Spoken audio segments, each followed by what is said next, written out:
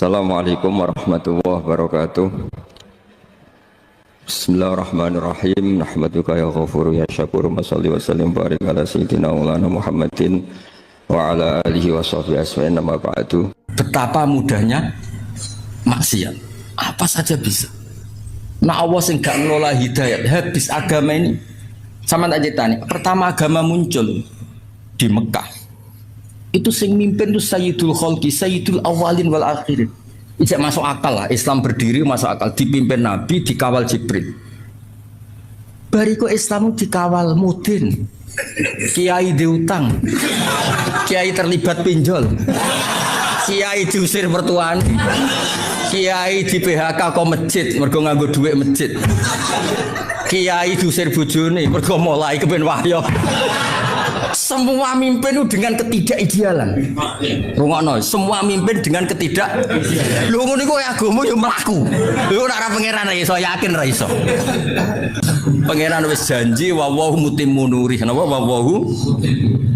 Wis ah, ben mangkel mbek kiaimu wis terusno mangkelmu gedeng terusno. Sementing aja mateni aja nyantet.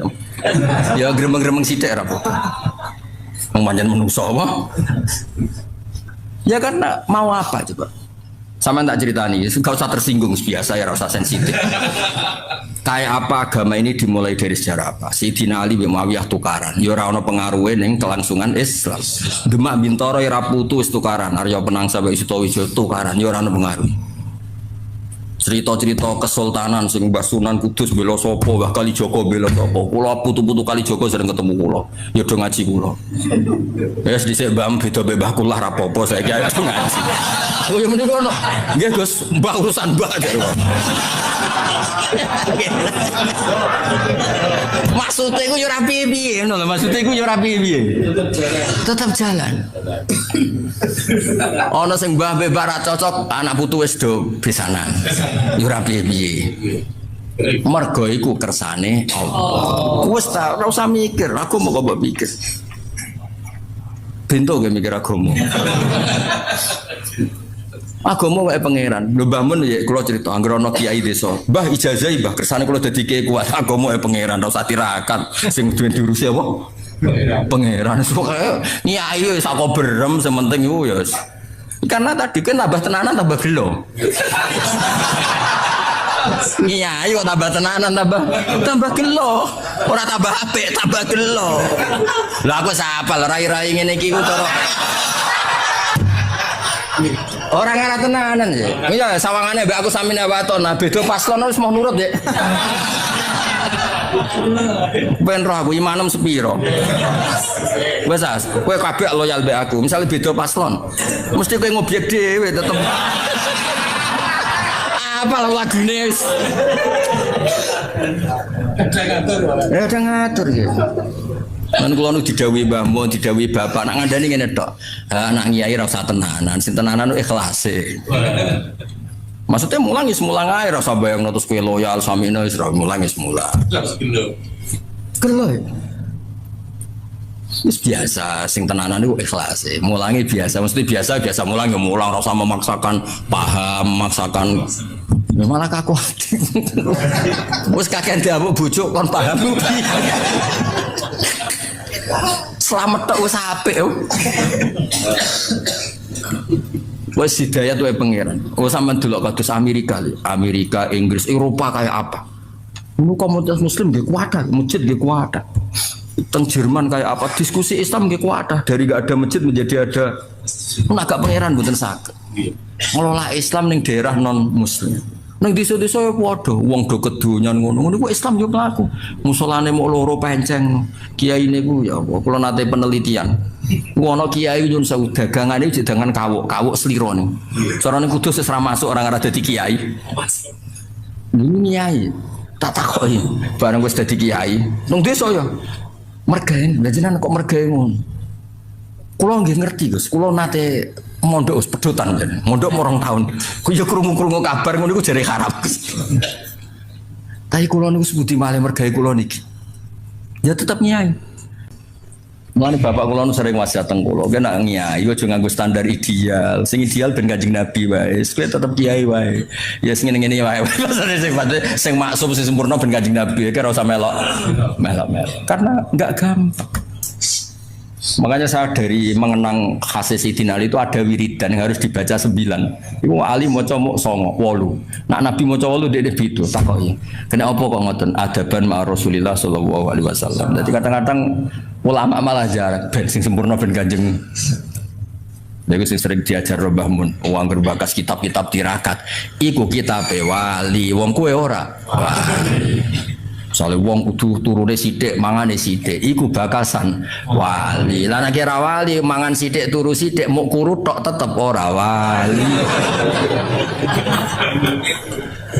Jadi bangun takoki lho sesine mukabab kabeh sing tau ngaji bangun mesti anggere ngaji bab bali mesti tutup tapi iku wali wong kowe ora wali. Ora terikat tadi wong nek ora kelas ora sama maksa. Tugale wayah ku sunah Rasul, mulane iki kesunatan wayah.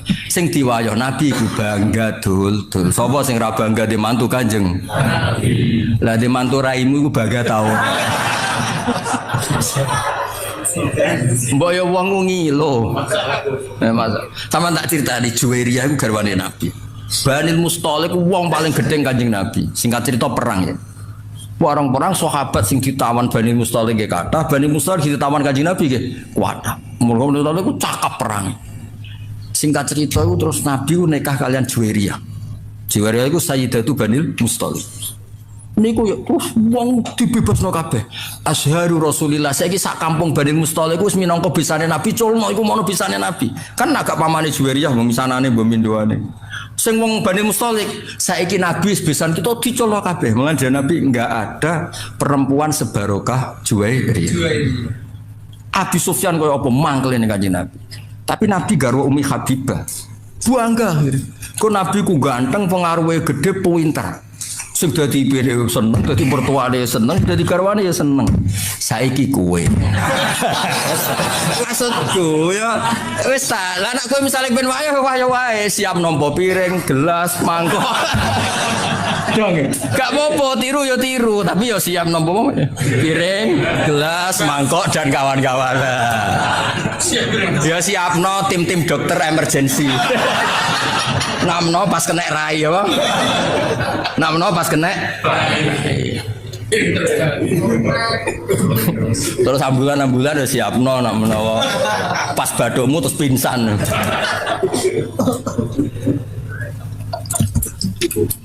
Barang rapodo kok di. Malah nak bapak nasihati kula iku. Kowe niru Nabi ku niru sing standar manusa biasa. Aja niru maksume. Nabi ku beda. Mane terus kitab-kitab fikih ana bab khosais napa? Khosais itu sifat-sifat khususnya Nabi yo ana wilayah sing justru nyuwun sewu anut Nabi ku gak pas. Tak beri contoh tapi aja salah paham. Goblok kena salah paham. Ya goblok ya dosa. Abu Bakar ya nate mimpin ya mimpin normal ya. Terus beliau tuh tersinggung sama seseorang yang menyinggung memang. Wah tersinggungnya Bung Abu Bakar nyuwun sewu wong Arab nak tersinggung kan terus marah besar. Nah, wong Jawa ape marah piye wong bakarane kangkung. Pecel. Wis ra iso, darahe ape naik kan mung sampun tok to ya materine. Materine kan ote-ote, kangkung. Apa nah? Terong maksimal darah tinggine mung sepiro lho. Lah wong Arab paling sabar udarane iku daging. Waduh, wis pancen beda saka makanan wis. Kula sering lho roh Kiai Jawa marah. Wis lagi rong sithik astagfirullah. Gue awake ora kuat bos.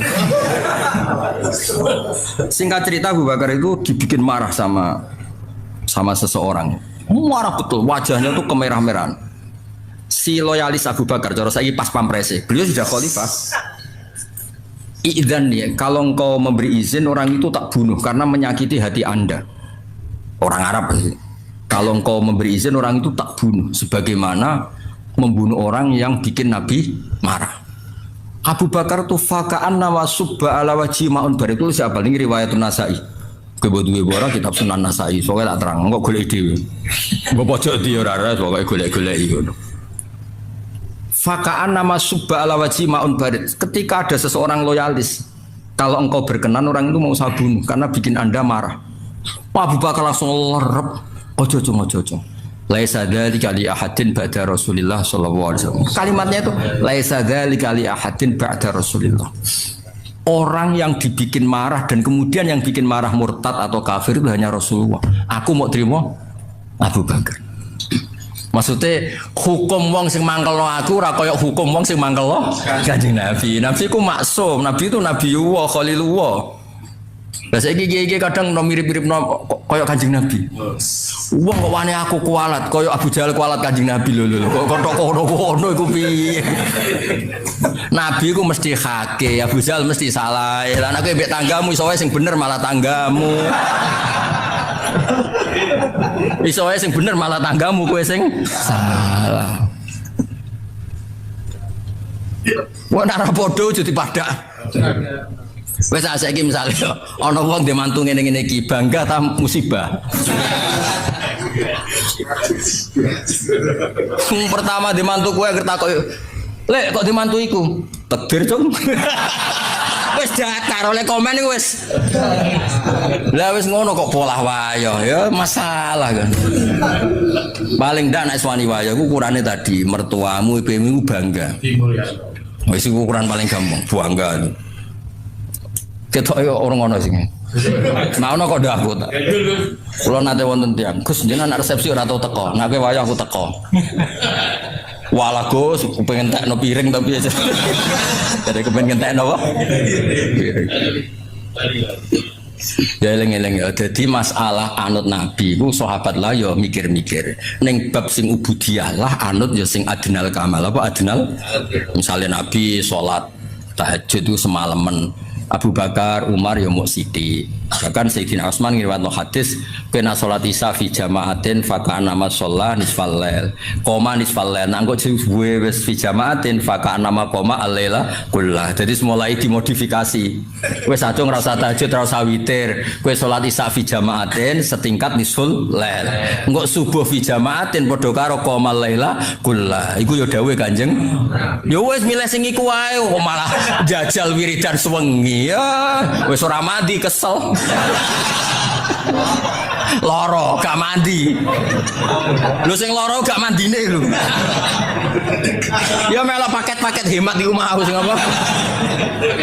Ya jamaah isya fi apa salat isya fi jamaatin iku padha karo koma nisfal lail. Lah engko nak subuh fi jamaatin kullal lail. Ya melo paket iku wae. Mun tak takoki wong bar tahajud setingkat tahajud. Piye Gus bengi Twitter setingkat Twitter. Wah enak kok ngaji be aku wis gampang gak habis pokoke dunya. Terus kula sering belajar tentang kitab-kitab samawi, kitab-kitab sing diriwayataken beberapa ulama ahli kitab sing pun disahkan kalian ashabu Rasulillah sallallahu alaihi wasallam. Niku riyen Nabi Ibrahim niku pertama dadi Khalilur Rahman. Kekasih Allah Khalilur Rahman.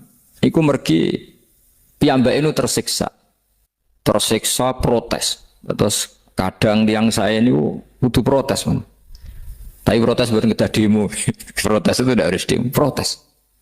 Ya Allah, dunia ini tidak fair. Engkau yang Tuhan, engkau zat yang begitu penting, engkau zat yang menciptakan langit dan bumi, engkau zat yang memberi rizki, yang bikin air, bikin oksigen, semua kebutuhan manusia. Kemudian mereka tidak kenal engkau. Ini tidak fair. Jadi beliau itu tiap malam tuh ngumpat. Ini enggak fair dunia ini. Engkau yang begitu penting pencipta langit bumi, engkau begitu penting yang menciptakan air, menciptakan kebutuhan manusia. Kemudian mereka tidak kenal engkau. Ini tidak fair. Ini tidak benar. Jadi sering marah. Karena sampean nggak bisa bayangkan kan, apapun hebatnya presiden atau menteri atau rektor atau kiai itu nang desa nggak dikenali statusnya diundang lek apa yang dilek itu gak keren belas. Karena ya sama kan, salah Habib Soleh Alatos, muridnya Said Umar punya Bamun, terus nang desa diundang pening dilek itu kan gak keren belas. Awal dari keren tetap dikenal. Nah kemudian orang itu tidak kenal Allah. Makanya terus beliau sujud berkali-kali, ya Allah, sama siapa munajatnya beliau? Innahu la yahzununi alla ara ahadan fil ardi ya'buduka ghairi. Jadi cara kiai sarang namanya innahu saat temne kelakuan la yahzunu yektene nyusano ni ing ingsun nyusano banget karena pakai lam taukid. Innahu saat temne kelakuan la yahzunu yektene nyusano banget ni ing ingsun.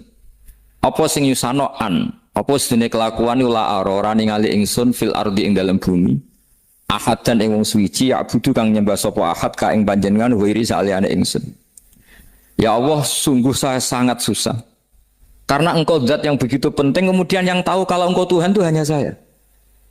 Sampai ngenes enggak? Misalnya ada orang melihat saya itu marhafid, kemudian tidak tahu kalau beliau orang alim. Sampai sebagai muridnya ngenes enggak? Ngenes kan? Ada orang memperlakukan Mbah Mun tidak tahu kalau beliau seorang alim alama. Kita sebagai santrinya ngenes enggak? Ngenes. Nah ini Allah yang Tuhan, kemudian orang tidak ada yang memperlakukan dia sebagai Tuhan. Bahkan nyebut saja tidak mau.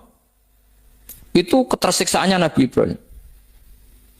Kalau kita kan tersiksa mergo di duit, ora payu rabi, terus sing wis payu rabi ra iso wayo, ya gitu ya.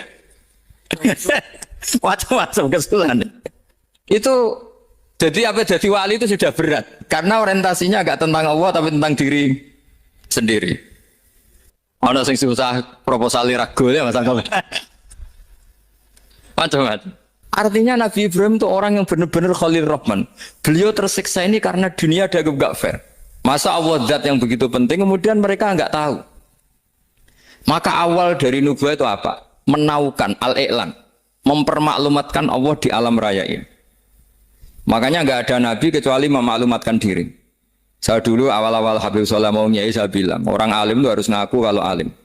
Habib juga harus ngaku kalau Habib. Yang orang miskin tidak usah ngaku sudah konangan. Wong elek ora usah ngaku wis kata ora elek. Sudah. Karena agama ini pertama yang menolong itu memaklumatkan. Sehingga pertama Nabi jadi Nabi dari Gua Hira, pertama apa? Cara saiki nggih kira-kira memaklumatkan. Tapi reso dibahasano jumpa pers. Tapi yang jelas pertama yang dilakukan Nabi setelah di Gua Hira apa? Memaklumatkan diri kalau beliau adalah Nabi. Sehingga dikumpulkan semua, terus beliau memaklumatkan diri kalau saya ini Nabi. Karena nggak ada artinya Allah kalau tidak dimaklumatkan. Makanya di Quran itu kalau menyebut Allah atau menyebut kebenaran selalu dimulai dengan kata fa'lam. Harus dimengertikan. Kita ngerti kemudian mengertikan ke orang lain. Makanya saya sering dulu bilang ke Habib Soleh, nggak boleh orang soleh menyembunyikan diri. Karena nanti kalau orang-orang soleh menyembunyikan diri, sing zuhara ala wajhil ardi adalah sesuatu yang enggak benar. Coba misalnya gini, orang bisa terhibur lewat dangdutan, terhibur lewat maksiat. Sementara orang enggak bisa terhibur lewat thala al-badru alaina, asyraqal qaunu bihaja dan sebagainya. Maka orang-orang soleh adalah orang yang bisa memaklumatkan Allah, memaklumatkan Rasulullah, memaklumatkan Quran dan supaya itu diterima. Karena awal dari orang terima itu tahu dulu. Nah ini tahu saja enggak. Makanya Nabi Ibrahim susah, ya Allah, engkau zat yang begitu penting kemudian tidak diketahui. Ini apa-apaan, enggak fair. Akhirnya Nabi Ibrahim diangkat sebagai Khalil Rahman untuk menaukan atau untuk memaklumatkan Allah Subhanahu wa ta'ala. Nah sebelum itu beliau dihibur. Diterbangkan ke langit, ke alam malakut. Kamu susah ya, kenapa susah? Karena zat sementing engkau kemudian tidak ada yang menyembah. Terus dijak ke alam malakut. Ditunjukkan sekian juta malaikat, sekian ribu malaikat, semuanya membaca tasbih takbir. Ibrahim senang. Oh ternyata sing seneng jenengan banyak. Ya coba kalau kita punya kiai kayak Mbah Mun, semakin yang seneng banyak kan semakin kita senang. Kalau nggak ada yang tahu kan kita tersiksa. Makanya ini penting sekali. Jadi pertama agama ini seperti ini tuh barokahnya dingertikan, dimaklumatkan. Saya ini orang yang fumul itu menutup diri betul. Kecuali bab ngaji. Saya kalau ngaji terbuka. Sampai saya tidak tahu apa ada yang streaming apa direkam, saya tidak tahu. Pokoknya saya satu-satunya saya mau terbuka itu pas ngaji. Dan saya pede karena dulu ngaji saya benar. Saya tanya Mas Akom saja. Sebetulnya kalau sampean mau mulang terbuka bagus. Potensinya dua, konangan alimnya atau konangan. Ya resiko terbuka kan itu Pak. Konangan alimnya. Nah daripada potensi yang kedua terus nggak mau ngajar ya fumul. Syaratnya wali ku fumul. Oh fumul itu nggak menampakkan diri. Memangnya mau menampakkan apa kalau nggak bisa apa-apa kan? Jadi saya tidak tahu itu fumul apa bagian dari pengamanan diri. Apa mas? Apa? Jaga email. Jadi Nabi itu pertama yang dilakukan apa? Memaklumatkan kalau Allah itu Tuhan. Jadi ciri utama orang soleh itu kalau kebenaran tidak mendominasi bumi ini. Jadi ciri utama orang soleh itu seperti itu. Makanya kenapa saya milih manhaj, tentu Habib Soleh tidak harus niru saya karena antar orang alim tidak boleh saling mengikuti. Tapi juga seterusnya nggak boleh saling ganggu. Saya itu ngaji di mana-mana itu guyon. Karena bapak saya suka guyon, Mbah Mun suka guyon. Alasannya bapak dulu sederhana. Orang sudah nyari hiburan dengan maksiat. Sehingga agama ini harus membawa keceriaan sosial, membawa keceriaan hati. Karena Allah ngendikan kul bi fadlillah wa bi rahmati fa bidzalika falyafrah. Orang itu harus senang dengan kebaikan. Orang happy dengan tolal badru alaina, happy dengan manaqibul akhyar, dengan fadhailul akhyar. Karena orang di sana sudah senangnya itu kalau ada maksiat. Nah sekarang agama dibawa orang-orang yang tidak menyenangkan juga. Ngaji teko wis merengut. Ada muridnya salah duduk marah. Salah posisi meja marah. Lalu orang-orang kan mikirnya kan daripada ngaji dimarahin terus mendingan ndak kan gitu. Makanya Nabi itu paling marah itu kalau satu kebaikan jadi problem. Mu'ad bin Jabal itu pernah ngimami lama sekali. Dan yang makmum itu akhirnya mufarokoh. Dulu belum ditemukan fikih, tapi orang ini sudah berani mufarokoh. Jadi ini termasuk mujtahid sebelum tahu Fathul Mu'in, tahu Wahab, dia sudah berani mufarokoh. Jadi sudah luar biasa. Karena bangsa ibadah yang agak-agak ngawur itu tanpa diajarin sudah do pinter sendiri. Dia mufarokoh. Ketika dia mufarokoh, komentarnya Mu'ad, dia munafik. Sholat belum selesai kok mufarokoh. Singkat cerita Mu'ad melaporkan itu ke Rasulullah. Si tukang penggembala ini juga melaporkan ini ke Rasulullah. Tapi apa kata Rasulullah? Yang Rasulullah itu yang bela, malah bela yang penggembala tadi. Afattanun anta ya Mu'ad. Kamu itu tukang fitnah. Agama ini kalau kamu model begitu orang lari. Basyiru wala tunafiru, yassiru wala tu'asir. Padahal ini baca Quran panjang. Harusnya akan ibadah. Tapi karena ini menjadi problem sosial, orang menjadi tidak nyaman jamaah, itu sudah disalahkan Nabi. Karena tadi, kalau agama ini jadi problem, maka masalah besar. Makanya sifat dasar Rasulullah itu apa? Khofiful ma'unah, biayanya murah. Makanya saya ngaji di mana-mana ya suka seperti ini. Mejanya enggak jelas,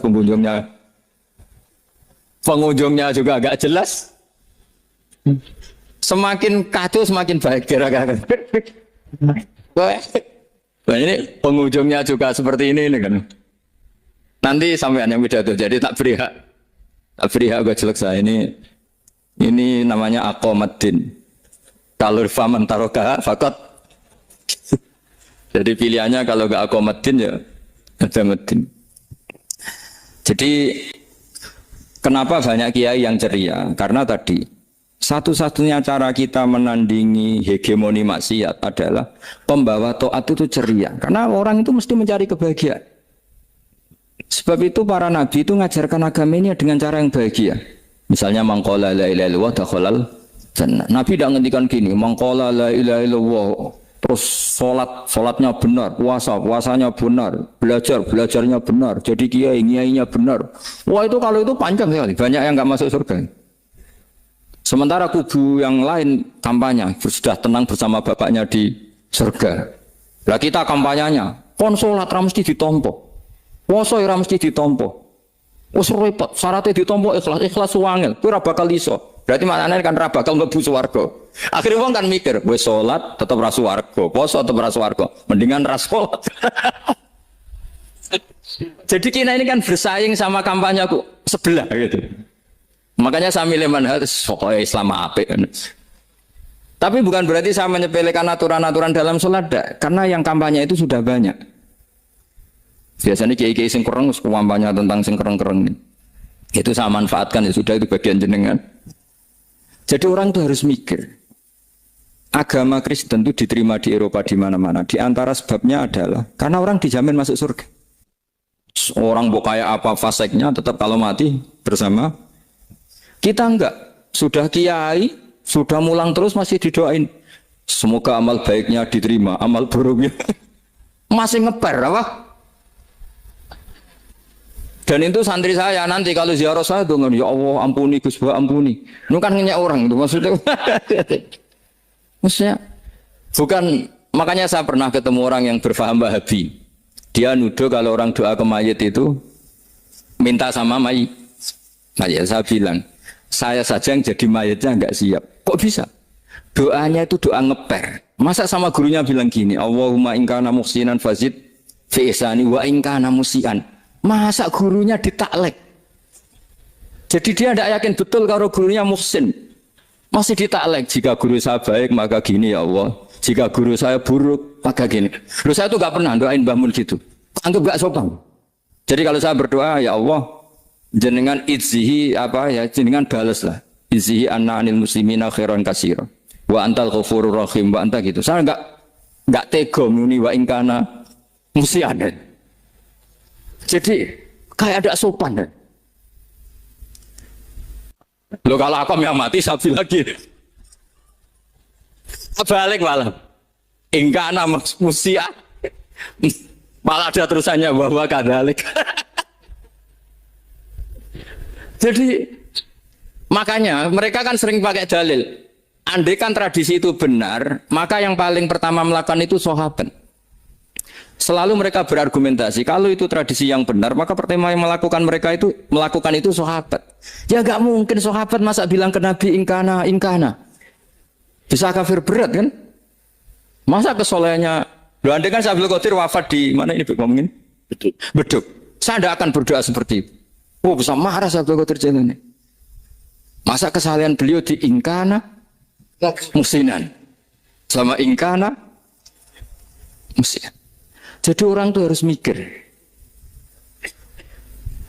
Jadi saya dengan bukan berarti Gus Ba bid'ah menciptakan doa baru. Ini bukan urusan menciptakan. Orang yang punya sopan spontan seperti itu. Ini bukan urusan modifikasi doa Anda. Makanya kenapa para nabi itu tidak disolati dengan cara seperti itu. Langsung assalamualaikum ya Rasul. Assalamualaikum ya Abu Bakrin, assalamualaikum ya Umar. Enggak mungkin kita mengatakan ya Abu Bakrin, ya Allah, ingkana. Masa Abu Bakar di ingkana? Kalau dia, bukan kalau beliau ashabu Rasulillah, pasti orang Sayyid itu zuriyatu Rasulillah, pasti al-tahirin al-mutahhari. Guru-guru kita ini guru-guru kita. Jadi tolong doa itu. Nah, kalau terpaksa doa wa ingkana musian, anggap saja hafalnya hanya itu, tapi jangan dijiwai, apa? Jangan apa? Dijiwai. Kalau ditanya, "Lho Gus ini orang soleh kok doanya wa ingkana musian?" Itu kan guru jenengan, apalku ikut tok. Tapi ora usah dimaknani, apa? Karena sekali dimaknani nanti kan. Jadi ini urusan etika, urusan rasa. Saya teruskan ya, karena jadi saya mohon sekali, apa-apa itu ada aturannya.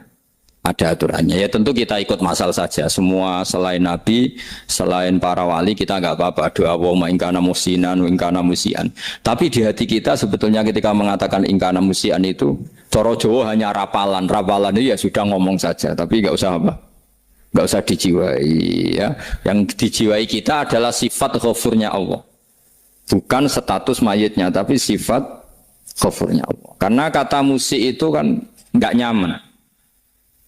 Makanya Nabi itu hebatnya Nabi, ya tentu karena bentukan Allah Subhanahu wa taala. Adabani Rabbi fa ahsana ta'dibi. Itu kalau nyifati tentang keburukan orang mukmin itu diikutkan sifat ghafurnya Allah. Jadi misalnya gini, kalimatnya liyukaffirawwahu anhum aswa'al ladzi amil. Atau sebagian ayat misalnya wa yukaffiru anhum sayyi'atihim. Jadi sebetulnya kalau terpaksa mengatakan orang itu buruk, itu sebenarnya dari Allah dulu. Kita mengatakan Allah itu zat saking baiknya itu mengampuni salahnya seseorang. Jadi nyifati Allah dulu, Allah saking baiknya itu mengampuni salahnya orang-orang baik. Karena orang-orang baik juga manusia, Ustadz juga. Tapi lebih ke nyifati ke Allahnya. Kalau kita kan enggak, lebih tertarik nyifati mayitnya. Sehingga kita di hati itu mayit kira tak jalan sepuro tuntas kayak gitu. Jadi kalau di Quran tidak seperti itu. Jadi kita lebih mensifati Allah itu Ghafur, Afuwun Karim. Makanya seperti doa-doa kita kalau Ramadan begini. Allahumma innaka afuwun karim tuhibbul afwa, baru bakas fa'fu anna. Jadi ada aturannya. Meskipun ilmu ini agak jelimet, tapi bagi ahlinya ini ma'ruf. Kalau sama nggak paham berarti nggak ahlinya.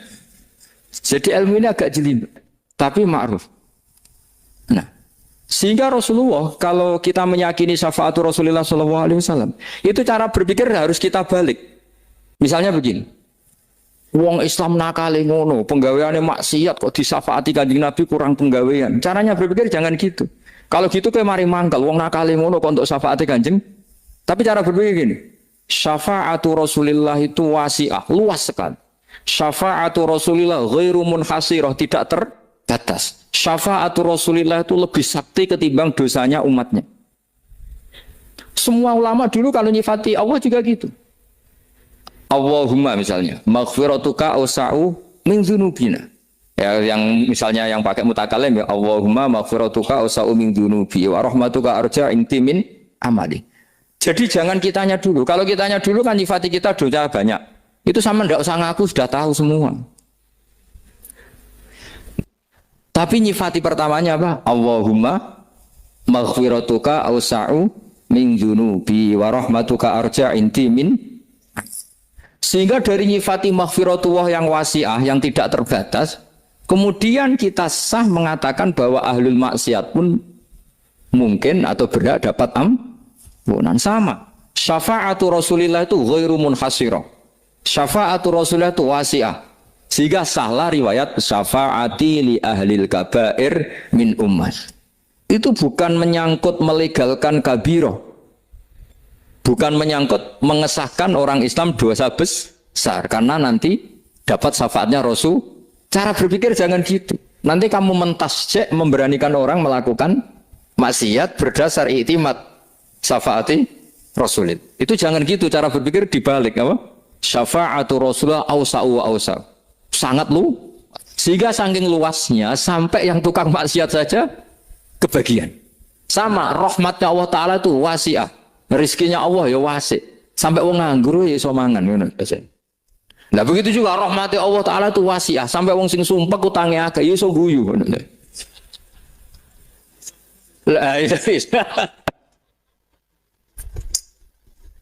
Tapi kalau dibalik, misalnya saya diprotes kiai, saya pernah juga diprotes. Gus umat kok mbok latih guyu, padahal mereka maksiate akeh, utange akeh gini-gini. Karena kamu menyifati orangnya. Kalau menyifati orang ini sampean guyu haram. Utang jatuh tempo, sampean gak mikir dosa ndak? Dosa. Jadi kiai muridnya goblok kok kiai ini kurang tahajud itu ya dosa. Jadi kiai kok muridnya goblok tenang wae. Sementing untuk sowanan itu amatir ya kan. Mestinya cara berpikir dibalik. Rahmatullah wasi'ah. Rizkuhu ya wasi', fadluhu wasi'. Sampai wong sumpek wae iso guyu. Sehingga kita ini sudah objek. Loh, kita ini tidak subjek. Di alam raya ini kita tidak subjek, tapi apa? Objek. Makanya saya berkali-kali mengatakan, mbok kayak apa sumpeknya kita, tetap wong iso guyu. Karena apa? Allah mensifati dirinya wa annahu wa adhaka wa abka. Allah itu adhaka, zat yang memberi orang iso guyu. Wa abka lan zat sing maringi wong iso nangis. Karena sifatnya Allah Ta'ala pasti nafidzah. Sifatnya Allah Ta'ala pasti terjadi. Dan kita objek. Makanya wong sumpek utange akeh, bojo ora percaya, tangga ora percaya, oh nak guyu banter-banter. Karena Allah ku adhakadat sing maringi guyu. Wa abka. Sudah presiden, sudah gubernur, sudah menteri. Nah Allah kepengin nangis no yo. Nangis. Coba ngeluhnya apa kalau misalnya jenengan seorang mantan presiden atau mantan gubernur. Kadang anaknya calonan RT mbok menang bunda ya. Ngeluhnya apa orang alim misalnya, alim alama, anaknya mau jadi jurumiyah iso. Susah. Kaya raya anaknya jadi pasien, susah. Allah punya cara untuk abegah, untuk bikin orang nangis. Nah karena kita ini objek, pasti sesubuk apapun orang yang bisa tertawa, ya bisa nangis. Makanya banyak ulama yang nggak terlalu serius mikir agama ini. Bukan karena dablek, enggak. Karena Allah mensifati dirinya Al-Hadi, yang memberi petunjuk. Kita enggak ditunggoni Kanjeng Nabi, enggak ditunggoni Wali Songo, enggak ditunggoni para Alawiyyin yang dulu. Enggak ditunggoni Habib-Habib yang kayak Said Abdul Al-Haddad.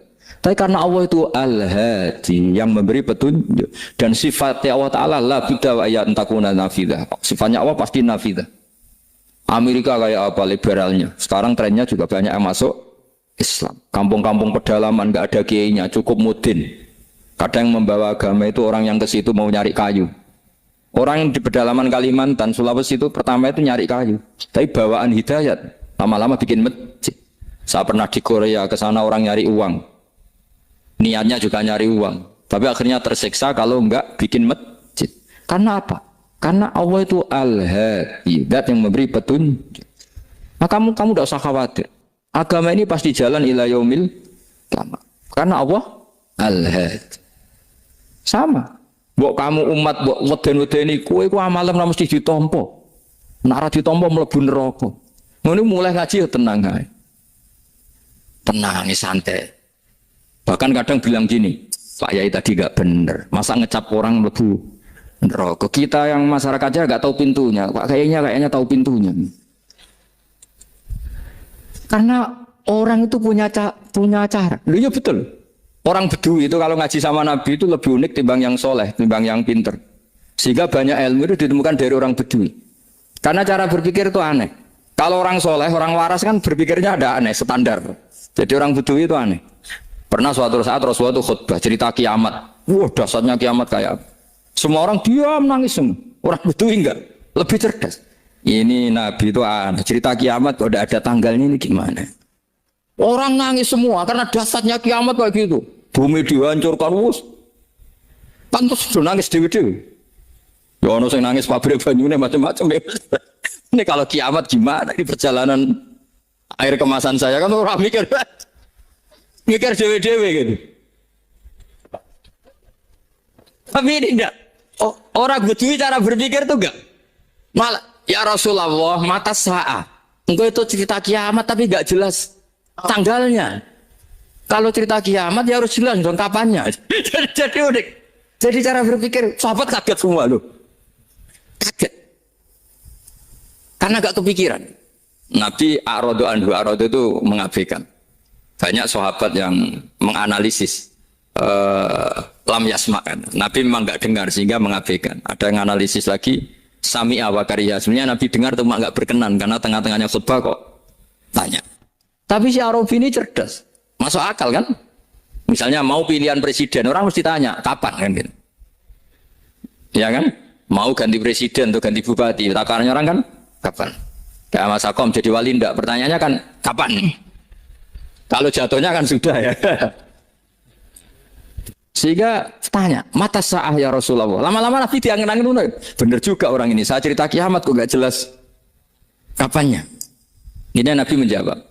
Tapi karena Nabi orang-orang yang sangat pinter, tanya balik. Ma'adat talah. Lalu kalau kamu berani tanya kiamat kapan, saya tanya balik. Ya persiapan kamu apa? Jawabnya santai saja. Fawwah ma'atatulah kabira sholatin wala siyamin walakinni uhibbuka ya Rasulullah. Saya enggak menyediakan apa-apa, salat saya biasa aja, maksudnya standar. Ya kira-kira 5 waktu pas. Ya jenis saya lah kira-kira gitu. Wala kabira siyamin dan saya puasa ya standar saja pas. Walakinni uhibbuka ya Rasulullah. Tetapi saya mencintai engkau ya Rasulullah. Jawabannya Nabi apa? Almar'u ma'aman ahabba. Sebagian riwayat anta ma'aman ahbabta. Jodoh hadis itu populer tuh barokahnya wong desa tadi. Andai kan dia punya etika maka sowan dulu tanya 4 mata. Itu jadi hadis ahadi. Tapi barokahnya dia selonong di depan umum. Zaman Nabi khutbah itu jadi hadis mutawatir. Jadi kadang barang baik itu barokahnya orang yang enggak baik. Maksudnya su'ul adab. Tanya gitu kan su'ul. Tapi itu barokah. Akhirnya hadis itu mutawatir karena didengar ribuan sahabat yang mendengarkan khutbahnya Rasulullah. Tapi kalau hadis itu satu-satu kan khassani bidzalika Rasulullah, khassani bidzalika Rasul itu nanti jadi hadis ahadi yang kualitasnya jauh di bawah hadis mutawatir. Jadi barokahnya orang su'ul adab dia ada. Karena Allah yang mendesain ini. Akhirnya kata sahabat, kata Anas bin Malik, mereka itu mangkelnya bukan main sama Arabi tadi karena tanya enggak sopan sama Rasulullah. Tapi setelah Nabi jawab almar'u ma'aman habba fama farihu bisyai'in farahum bidzalika badal. Mereka enggak pernah senang dengan hadisnya Nabi sesenang riwayat almar'u ma'aman habba. Barokahnya Arabi. Bedui. Makanya saya sebagai kiai ini, bedui saya tak pertahankan ila yaumil qiyamah ya. Karena umat ini pernah terbarokai oleh orang apa? Bedui. Subal barokai suladab tadi. Jadi mohon ini supaya majelis ini kan majlisul iltorti Rasulullah, coba terlatihlah mengatakan Allah itu subjek, Allah itu al-fa'ilul mukhtar, Allah itu al-fa'ilul mukhtar, Allah itu yang menentukan alam ini. Dan Allah mensifati dirinya wa annahu wa adhaka wa abka. Allah itu zat yang memberi orang itu bisa tertawa. Dan Allah juga yang memberikan orang itu bisa menangis. Mbok kayak apa kamu neror umat? Wah, amal nggak mesti diterima gini-gini. Ternyata ning majelis nangis sih. Mulai ya guyu. Kadang guyu-guyune ngenyak tenan nih. Daripada apa ya agak-agak produk orang yang dohirnya beda dengan batinnya. Nggak perlu distatuskan seperti itu. Ya sudah biasa saja. Jadi nah, fi muqaddimihim, imam besar dalam manhaj ini namanya Abul Hasan apa?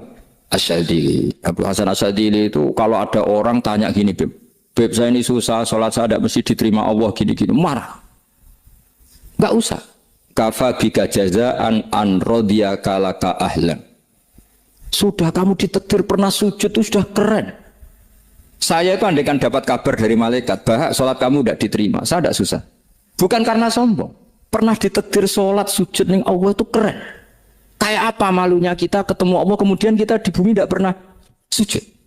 Makanya cara Abul Hasan Asyadzili kowe ora usah mikir sholat ditampa taro ora usah mbok mikir. Kowe ditakdir tahu sujud itu hebat.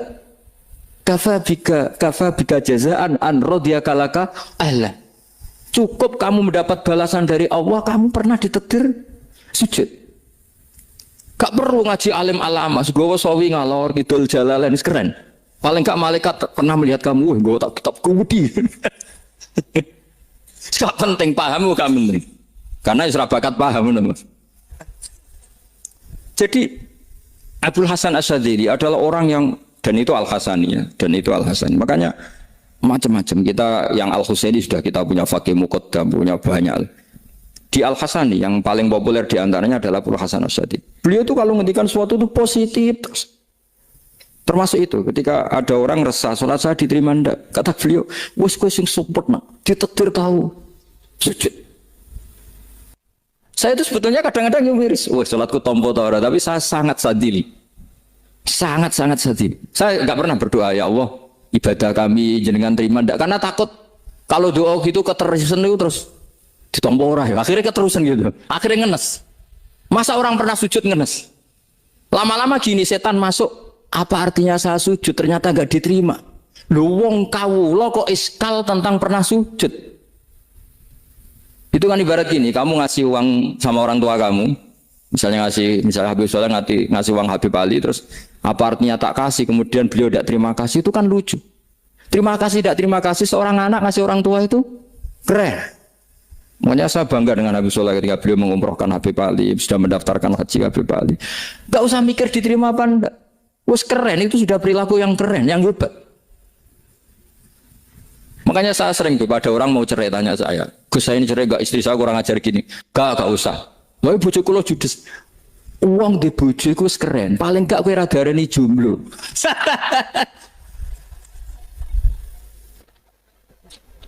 Oh, diarani duda ora enak. Wes luwe sabar ndi diarani duda mek diarani bojo judes. Enak bojo judes sik gagah. Di bojo lah. Oh, provokator itu. Jadi kafabika jazaan an radiyaka laka alam, sudah ditakdir pernah sujud itu sudah keren. Dulu ulama ala hadan nampak. Ulama dulu cara berpikir seperti itu. Makanya ulama dulu kalau nafsiri wasjud waqtarib sudah pernah sujud.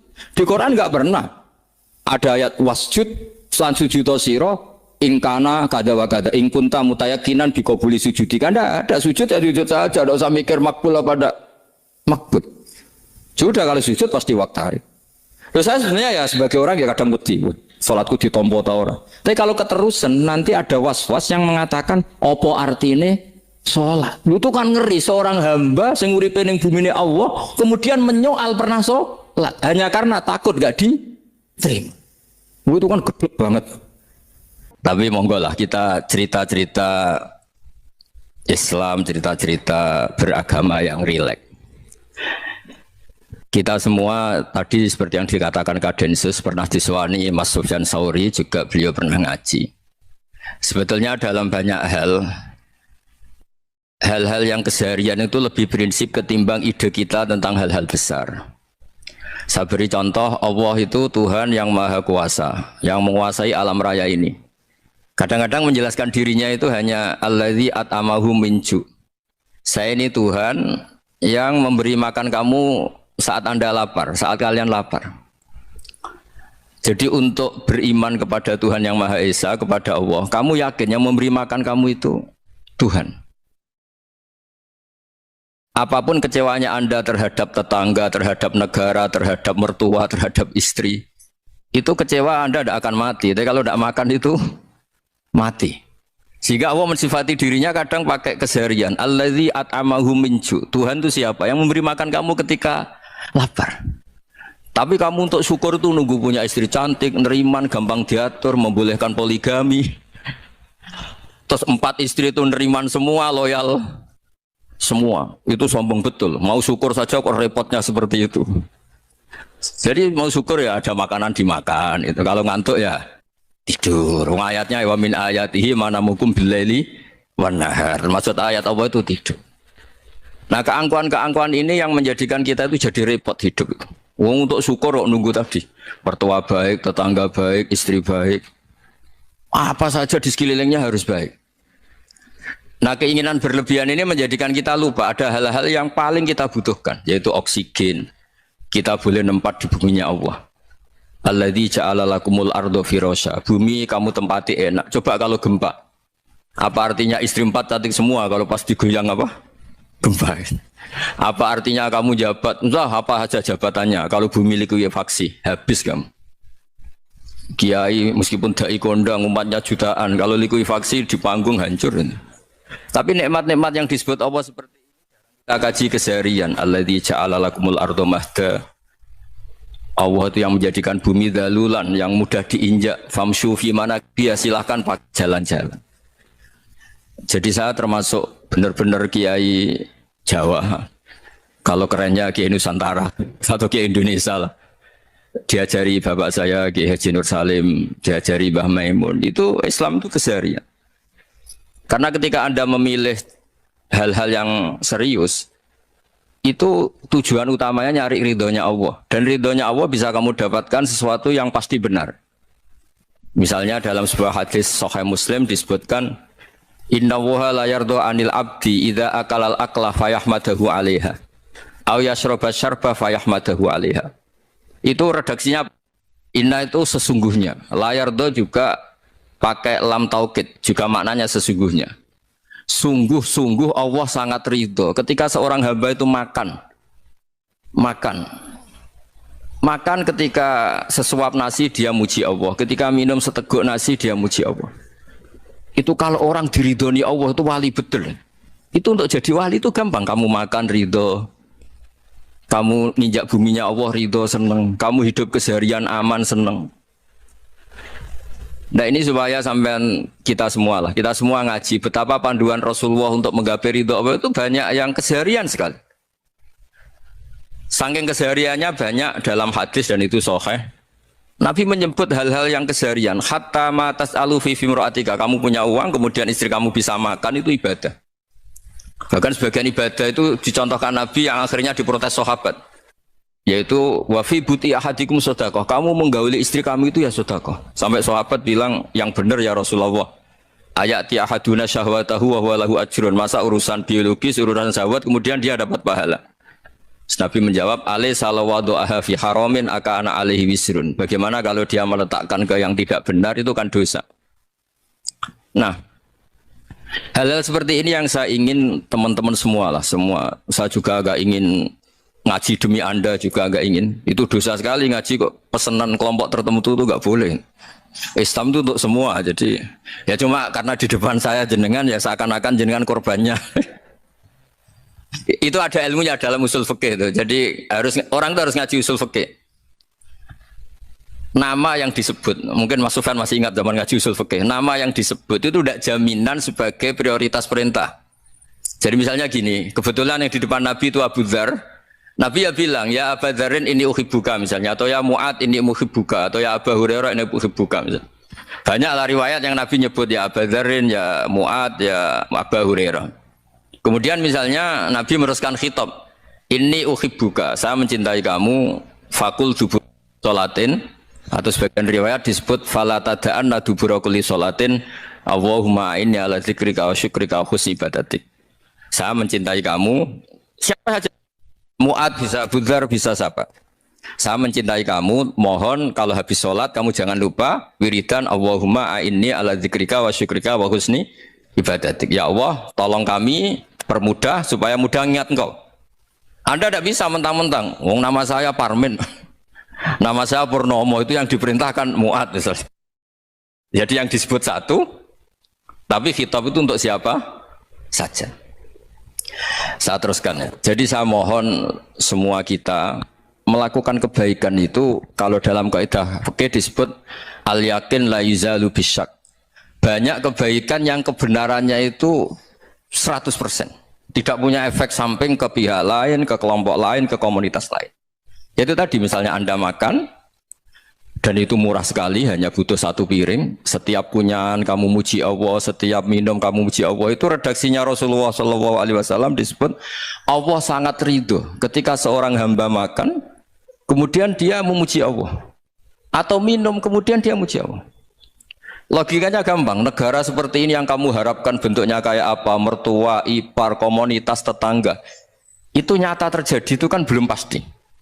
Sementara yang mesti terjadi adalah kamu butuh makan, kalau tidak mati. Butuh minum, kalau tidak mati. Butuh bumi yang nyaman ditempati, kalau tidak kita juga mati. Sebab itu Allah kalau menyebut nikmatnya itu hal-hal yang keseharian. Alladzi at'amahum min ju'. Allah itu siapa? Allah itu yang menciptakan kamu bisa makan. Tidak berlebihan. Allah itu yang menciptakan kondisi sosial itu ideal. Zaman Nabi itu ya ada orang munafik. Orang-orang pilihan Allah itu juga diuji orang sekelilingnya yang macam-macam. Semua diuji sesuai konteks zaman dan waktu. Nah, tapi ada ibadah-ibadah yang selalu disarankan Nabi. Sampai Nabi itu pernah ditanya, ayul Islam ya khairun ya Rasulullah, Islam terbaik itu gimana? Jawabannya Nabi itu unik. It'amu to'am. Islam terbaik itu ya makan-makan, santai-santai. Ketika Allah menyebut beberapa kebaikan, falak tahamal aqobah wa ma adrokan apa? Mal aqobah. Terusannya apa? Fakku rokobah. Terusannya apa? Au it'amun fi yaumin di masubaya, atau acara makan-makan itu juga Islam. Kenapa? Ya bayangkan kalau tidak ada makanan, kita mati kan? Kondisi sosial tidak ideal tuh Anda masih gak apa-apa, tapi kalau Anda tidak makan, Anda tidak minum, kamu punya istri cerewet masih bisa hidup, punya mertua cerewet masih bisa hidup, tapi kalau tidak makan bisa mati. Berarti penting mana istri sama makan? Penting mana? Makan. Semoga istri Anda dengar, nanti kamu disuruh makan tapi pulang deh. Itu kalau dibahasakan makan masih memahami. Penting mana nasi satu piring dengan istri. Nggak ada nasi mati, nggak ada istri belum mati. Penting mana?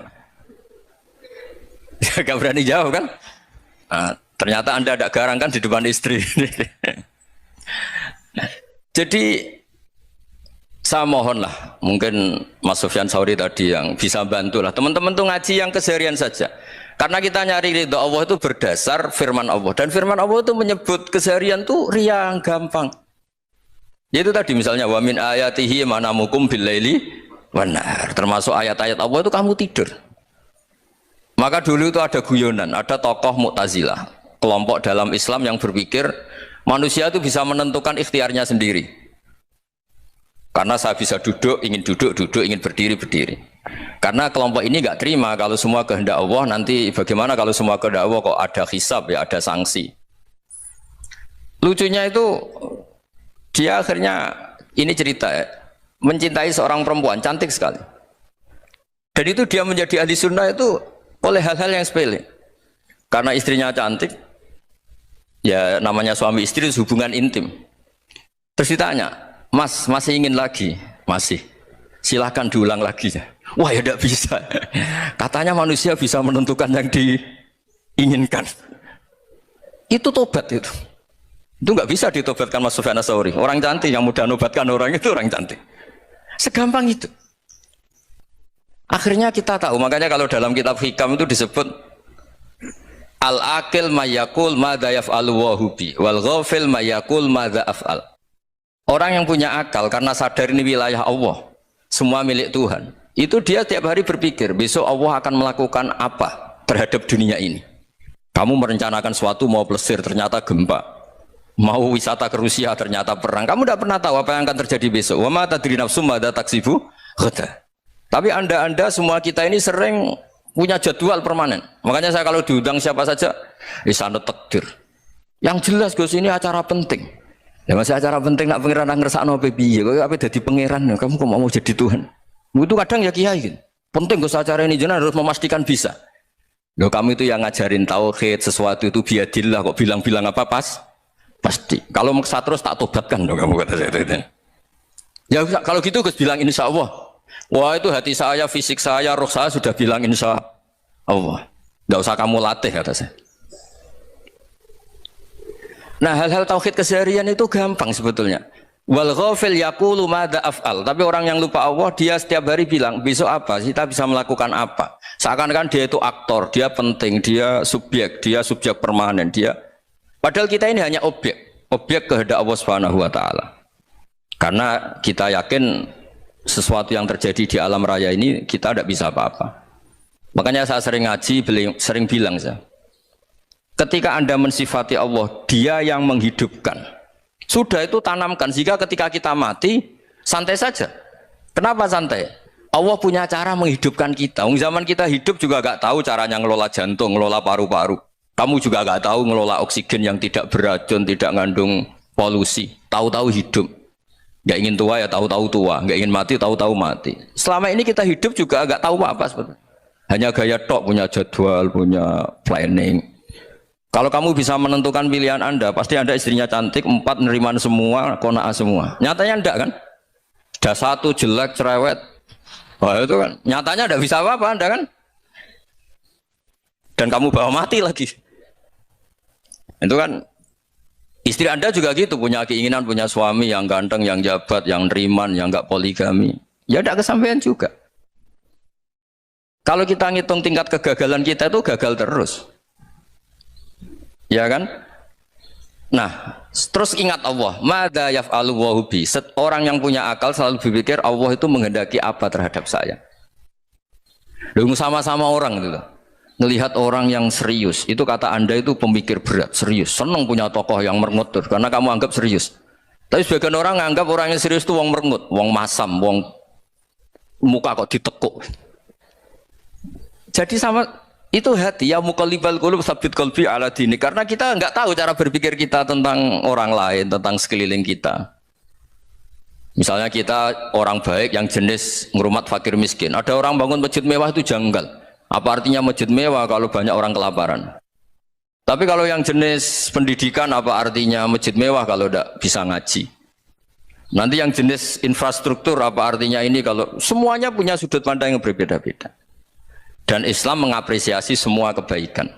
Tapi katakan semua kebaikan itu adalah kehendak Allah Subhanahu wa taala. Karena apapun baik Anda itu pakai fasilitas yang diberikan oleh Allah Subhanahu wa taala. Sehingga ini yang disebut qulillah tsumma darhum fi khawdihim yal'abun.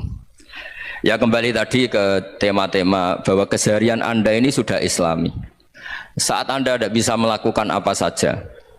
Saya sering ada jenazah, biasanya kalau tetangga meninggal saya sering disuruh ngelepas. Saya bilang orang ini baik karena sering ngelamun di rumah, sering nganggur di rumah. Ditanya sama anaknya, kenapa Gus nganggur baik? Ya kalau dia nganggur artinya juga nggak berbuat sesuatu yang maksiat kan? Iya kan? Orang nganggur di rumahnya ya tidak bunuh orang, tidak maling, tidak korupsi. Ya namanya nganggur di rumah. Lah cuma istri cara pandang nganggur nggak menghasilkan uang gitu. Tapi juga nggak menghasilkan kriminal kan? Jadi sebenarnya Islam itu makanya kalau sampean ngaji usul fikih itu ada kitab usul fikih namanya Lubul Usul, itu terkenal sekali di pesantren itu. Itu kalau ngapresiasi keseharian itu luar biasa. Izma min mubahin illa wa yatahaqqaqu bihi tarku haramimma. Karena keseharian yang mubah saat Anda lakukan itu ada kehebatan yang luar biasa, yaitu meninggalkan haram. Makanya dulu banyak orang-orang alim ketemu temannya itu guyon sampai semalaman. Itu biasanya yang semangat Islam itu kiai kok udah tahajud, kiai kok udah witir.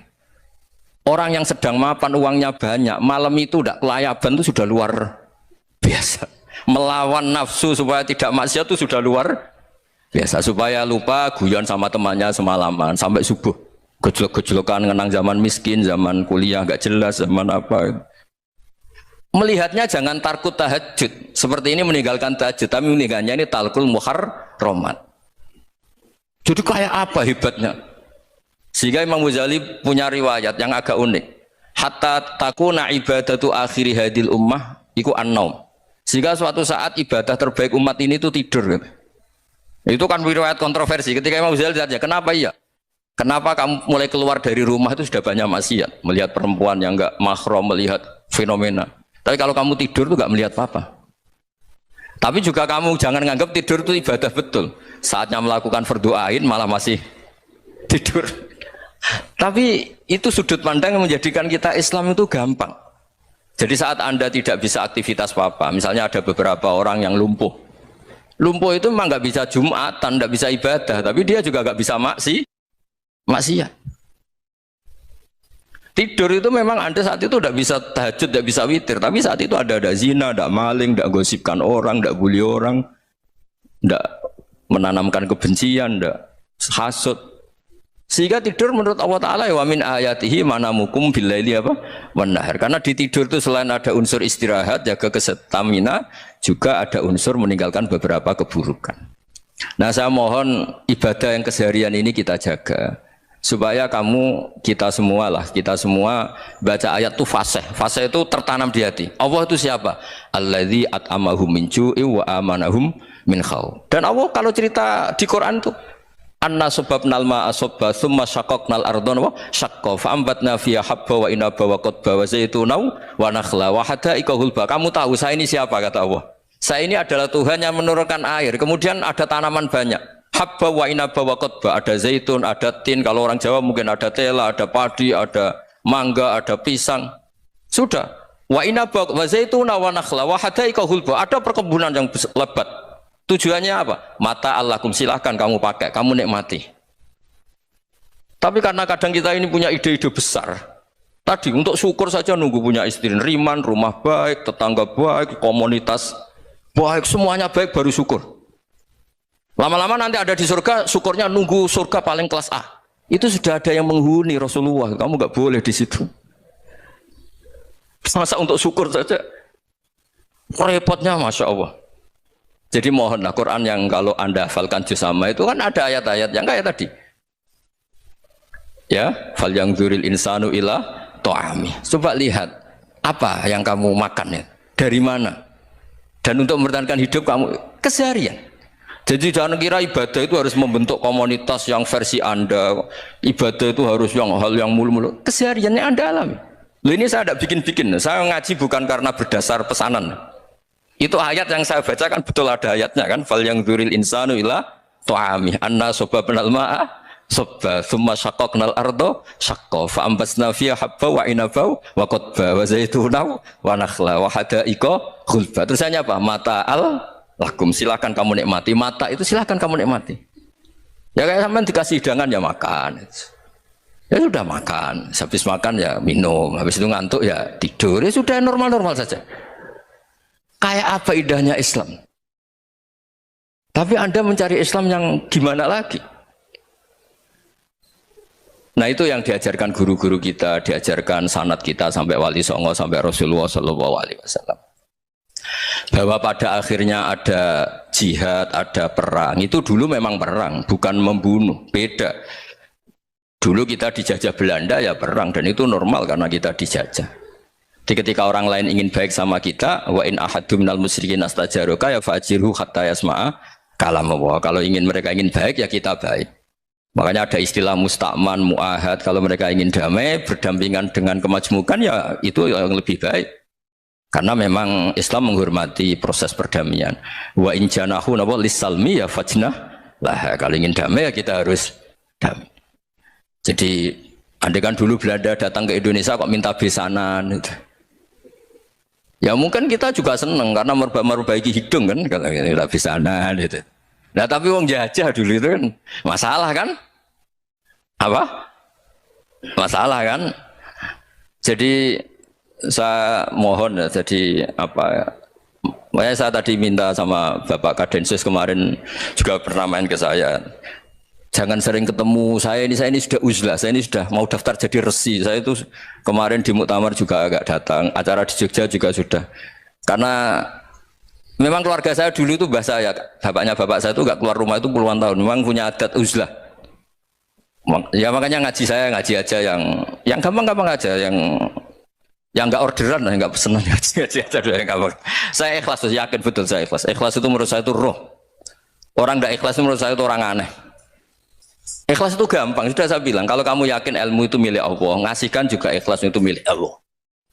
Apa sih yang kamu punyai sehingga kamu udah ikhlas? Uang milik Allah, energi kita milik Allah, bumi milik Allah. Kemudian kamu merasa memiliki. Merasa memiliki itu kalau dalam ilmu tasawuf sudah kesalahan kan. Bagaimana Anda punya? Coba tahu-tahu tanah itu kok milik Anda. Karena saya beli, saya beli dari orang, dari Zaid. Padahal yang asli punya itu Allah. Apa benar kamu pernah beli sama Allah? Zaid ini pemilik nisbi, pemilik yang enggak sebenarnya kan? Ya enggak? Yang benar-benar pemilik itu Allah. Kok kamu ngerasa itu bumi kamu itu atas nama apa? Coba. Milik kan harus beli atau dikasih. Enggak semua kan? Nah, makanya itu famshu fi manakibiha, dan Allah menyebutnya sudah saya ini yang menciptakan bumi, waladzi ja'ala lakumul arda dalulan, dan Allah menyebutnya sederhana, famshu fi manakibiha, silakan jalan-jalan. Terusannya apa? Wa kulu mirizki, silakan makan-makan. Jadi Islam itu yes. Ya makanya kiai-kiai itu ada acara makan, sampai ada guyonan fikuli makanin makan di setiap tempat ya makan. Perasaan saya juga seluruh ulama di dunia, saya ulang lagi, perasaan saya juga seluruh ulama di dunia, bahwa Islam masuk itu macam-macam sebabnya. Dulu kita tahu, kita sebagai warga Indonesia, Islam masuk itu ya dibawa orang yang agak kedunian, ya kayak jenengan lah kira-kira gitu. Ya kayak mbak-mbak ini, ya agak-agak mata duitan itu. Karena kita tahu rata-rata ahli sejarah mengatakan Islam di Indonesia dibawa kiai apa pedagang. Pedagang tuh nyari uang apa nyari dakwah kira. Ya semoga Anda mirip-mirip seperti itu. Ya jadi nyari uang karena ada nurani Islam sehingga tetap saja membawa Islam. Saya tidak tahu Islam Anda ala apa, tidak tahu, pokoknya mau ngaji ya berarti Islam ala ahli sunnah apa? Wal jamaah. Jadi ini penting saya utarakan bahwa Islam itu agama yang mudah difahami, sehingga dibawa pedagang saja ya kasil gitu. Dibawa orang yang kedonyan enggak jenengan juga kasil gitu. Dibawa orang baik ya kasil, dibawa orang broken juga kasil. Ini penting saya utarakan karena saya ngaji di mana-mana bilang ciri utama kebenaran absolut adalah kebenaran yang bahkan orang enggak benar saja bisa bawa. Tapi bukan berarti saya dukung Anda tidak benar, kan sudah tidak benar dulu sebelum kenal saya. Tapi nggak apa-apa, nggak benarnya umat Islam insya Allah dimaafkan sama Allah Subhanahu. Ya asal tobat maksudnya. Nggak, ini saya beri satu konstruksi pikiran yang saya sering utarakan di ngaji saya. Sampai sekarang saya coba, saya tes ini kan di kampus ya, di apa bacanya ini Kim University yang global leader apa in the world itu. Ini keren lah. Jadi acara ilmiah kita ditakdir di gedung apa? Kampus, gedung universitas di begini. Kalau 1 ditambah 1 2 itu namanya hakikat. Ciri utama hakikat adalah siapapun akan menerima. Saya sekarang tanya sama Anda, kira-kira 1 tambah 1 2 itu musuh Anda pun mengatakan 2 apa tidak? Ya. Pekerja Korea ya bilang 2, rektor Al-Azhar juga bilang 2. Kamu yang sekarang sedang mungkin sebagian broken sama istri juga bilang 2. Istri kamu yang mangkal sama kamu juga bilang 2. Yang cemburu ya bilang 2, yang dicemburuin juga bilang 2. Karena begitu mudah kebenaran absolut diterima oleh siapa saja. Begitu juga eksistensi Allah sebagai Tuhan. Itu mudah diterima oleh siapa saja. Sehingga pembawanya tidak perlu seorang kiai atau gus atau mubalek atau ketua muin, tidak. Cukup karyawan pekerja Korea. Karena kebenaran absolut itu kebenaran yang mutlak. Siapa saja yang waras pasti ngakui. Kira-kira orang yang berpikir sehat pasti berpikir begini, ini yang diajarkan Quran.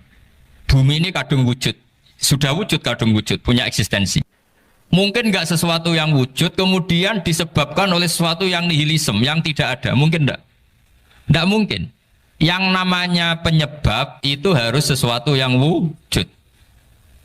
Di mana-mana penyebab itu harus punya eksistensi. Karena langit dan bumi ini kadung wujud, pasti penyebabnya adalah wujud. Karena wujud penyebab harus bersifat super. Lah bersifat super ini oleh ulama dikatakan wajibil wujud. Itu akal siapa saja akan terima. Cuma kemudian setelah nerima itu orang macam-macam cara berpikir. Mungkin orang Jawa dulu bilang itu Sahyang Widi. Kalau orang sini mungkin bilang apa itu? Dewa atau apa ya? Enggak tahu saya itu. Karena itu yang teman sampean, enggak teman saya itu. Tapi yang jelas begini, ini konstruksi ini harus kita jaga. Nanti saya bacakan teks hadisnya. Kebenaran sejati ciri utamanya adalah ada absolutisme, ada kebenaran mutlak. Ciri utama kebenaran mutlak adalah diakui bahkan oleh siapa saja, termasuk oleh orang fasik. Orang fasik itu orang nggak benar. Misalnya ada imam masjid besar Istiqlal, ditanya 1 tambah 1 bilang apa? 2. Nanti kira-kira yang lonte juga bilang apa? 2. KPK juga bilang koruptornya yang ditangkap 2. Nah, eksistensi Allah sebagai Tuhan ini kebenaran yang absolut. Maka agama ini juga boleh diterima oleh siapa saja, termasuk oleh orang fasik, orang nggak jelas. Ini penting saya utarakan karena sekarang marak kelompok yang mengatakan orang Islam kalau zina menjadi tidak muslim, orang Islam kalau korupsi menjadi tidak muslim. Salah sedikit tahlilan jadi kafir, percaya wasilah jadi itu tidak benar seperti itu. Karena kebenaran eksistensi itu kebenaran yang nggak bisa diganggu gugat. Seperti Anda ini kan warga Indonesia, KPK ya warga Indonesia, koruptornya juga warga. Apa setelah dia korupsi lalu tidak warga Indonesia? Tetap warga. Orang yang meyakini kalimat tauhid setelah dia salah apa terus tidak tauhid? Kan tetap ya. Maka dia tetap Islam. Ini penting saya utarakan. Kalau seorang warga Indonesia yang koruptor, yang macam-macam saja tetap warga Indonesia, padahal banyak kesalahan.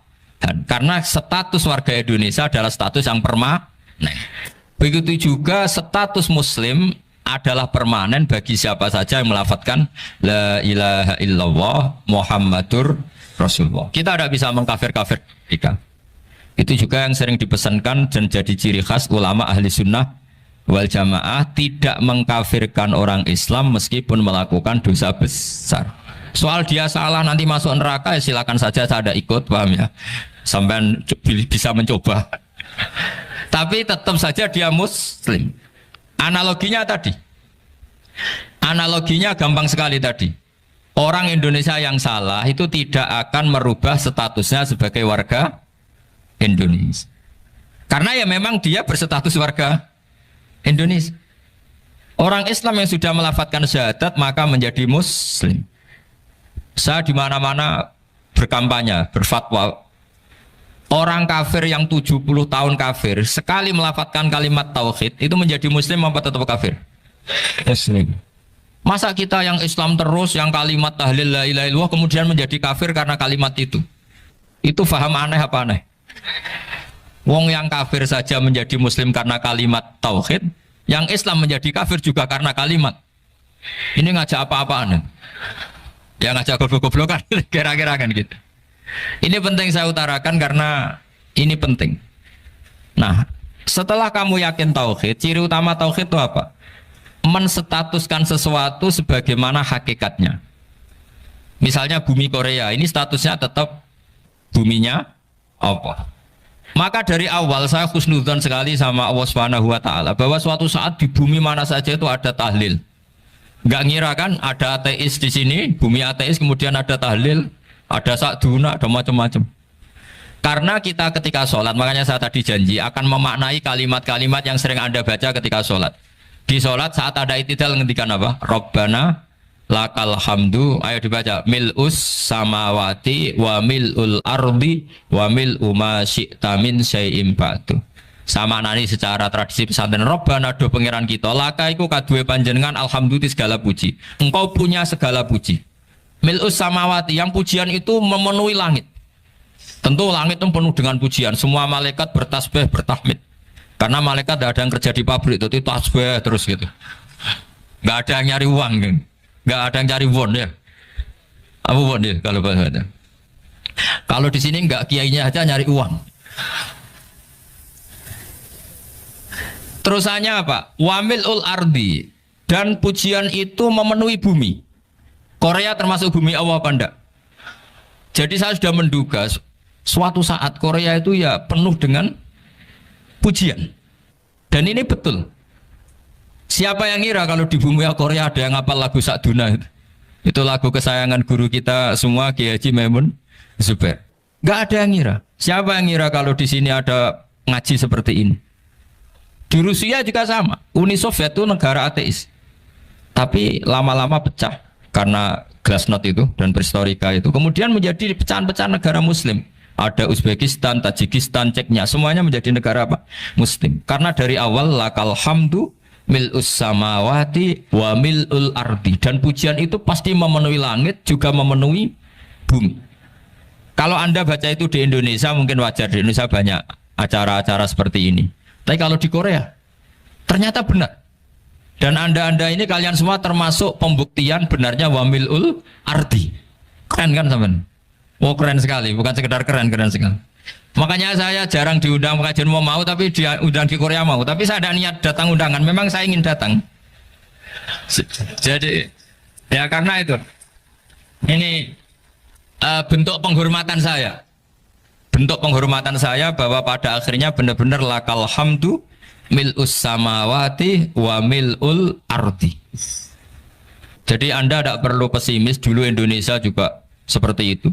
Banyak Buddha, Hindu, semacam ateisme. Kemudian berkatnya para ulama sekarang jadi negara yang mayoritas Muslim. Korea, barokahnya orang-orang kedonyan seperti ini banyak Islam itu. Nggak apa-apa. Karena sebagian agama Islam, sebagian sejarah ditulis di bawah pedagang-pedagang Gujarat. Kira-kira orang Gujarat ke Indonesia dulu yang namanya pedagang cari apa? Uang. Tapi namanya orang Islam, hatinya tetap adanya tauhid. Nyari uang ya tetap sambil dakwah. Kalau yang ke Korea langsung kiai mungkin tidak seramai ini Islam. Karena kalau kiai datang langsung dicurigai jadi misionaris. Jadi ribet malah. Tapi kalau sampean nggak ada yang curiga. Namanya pekerja, pekerja saja nyari uang. Dan itu memang fakta. Cuma kadang ya sadar terus ya bagus lah seperti itu. Nggak apa-apa. Maksud saya ini saya memberi support, memberi tasjek bahwa Allah itu luar biasa. Jadi kalau ingin menyebarkan agamanya macam-macam. Kadang kiai tidak bisa mengislamkan orang, itu anak-anak mahasiswa pacaran itu banyak yang pacarnya itu masuk Islam. Tapi sampean jangan bilang pacaran halal, ya tidak pernah halal. Tapi Allah kalau menghendaki memberi hidayah itu jalannya macam-macam. Ada yang lewat kerja, coba yang bayangkan ada tahlilan di Korea itu semua kiai tidak pernah bayangkan. Tapi setelah banyak pekerja di sini, kemudian mereka insaf atau sedang insaf, tidak tahu ini. Sampai kapan insafnya juga tidak tahu. Tapi yang jelas ini hebat, ini apa? Hebat. Tahu-tahu ya seperti ini. Makanya iman saja Rabbana lakal hamdu mil'us samawati wa mil'ul ardi. Masih ditambahi wa mil'u ma syi'ta min syai'im ba'du. Karena Allah itu zat yang tidak terperikan, zat yang tidak terbatasi. Maka pujian di langit dan bumi ini masih kurang. Masih ada apa saja yang nanti akan dipenuhi oleh pujian kepada Allah Subhanahu wa ta'ala. Wa mil'u ma syi'ta min syai'im ba'du. Dan pujian kepada Engkau ya Allah akan memenuhi semua ruangan yang Engkau kehendaki. Mungkin suatu saat negara-negara yang sekarang yang paling minim Islam itu di Amerika Selatan, kayak di Argentina dan sebagainya, itu nanti suatu saat juga penuh dengan pujian, karena tetap Rabbana lakal hamdu mil'us samawati wa mil'ul ardi wa mil'u ma syi'ta min syai'in ba'd. Saya di Jogja setiap akhir ngaji saya ajarin wiridan. Mungkin wiridan ini tidak asing bagi jenengan karena sering saya baca. Subhanallah wa bihamdihi adada khalqihi wa ridho nafsihi wa zinata arsyihi wa midada kalimat. Bahwa kita memuji Allah itu adada khalqi, sesuai jumlah makhluk Allah. Semua makhluk Allah meskipun kelihatannya mengecewakan, ini semuanya memuji sama Allah Subhanahu wa taala. Meskipun kadang kita kecewa, kadang kita tidak cocok. Coba barokahnya Anda ini agak-agak kecewa gitu dengan Indonesia karena nggak menyediakan lapangan kerja untuk Anda. Tapi ya nggak kecewa-kecewa amat ya, agak-agak saja. Karena Anda tetap semua mencintai Indonesia. Gara-gara agak-agak kecewa cari negara lain. Akhirnya di Korea, ada yang di Jerman, ada di Inggris. Tapi bawaan pernah ngaji di musola, Islam ini ke bawah. Sehingga karena Islam ini ke bawah, tahu-tahu ada komunitas yang memikirkan Islam. Umumnya orang mikir Islam itu ya bikin masjid. Kalau di Korea unik, nyewa apa?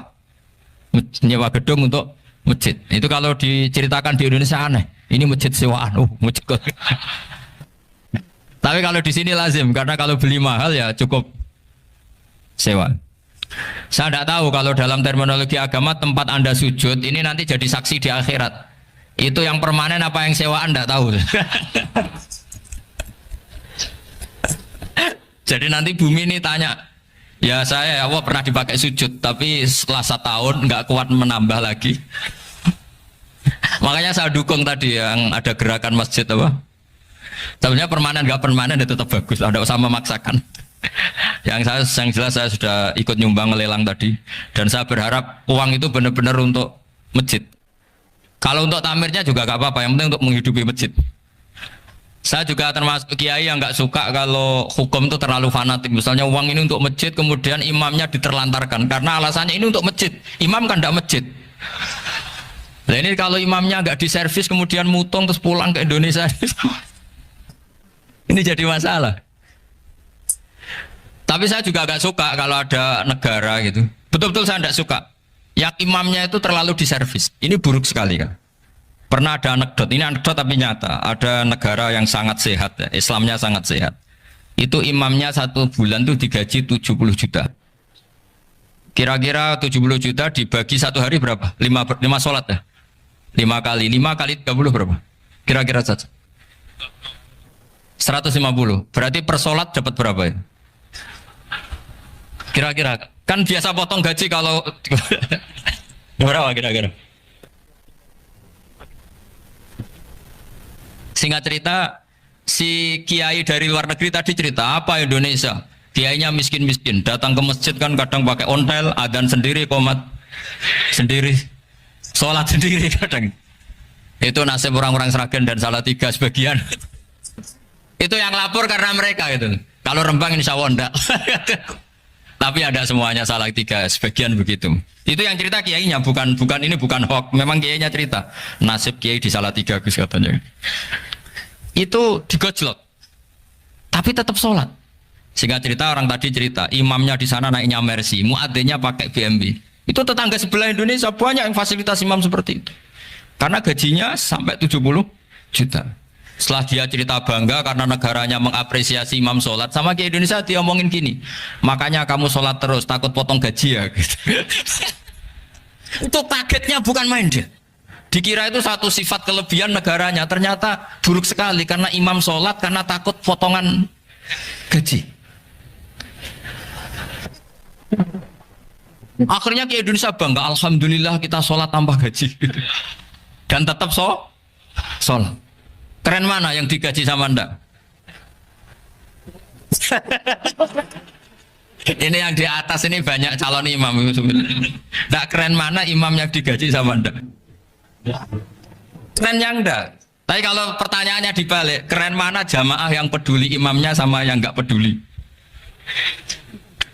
Jadi jawabannya harus tetap seperti itu. Imamnya keren yang ikhlas, tapi jamaahnya keren yang peduli imamnya. Jelas ini ya fatwa saya ya. Gimana? Imamnya baik yang ikhlas, tapi jamaahnya baik yang peduli nasibnya. Tapi sekali imam dari awal gak ikhlas itu harus di PHK.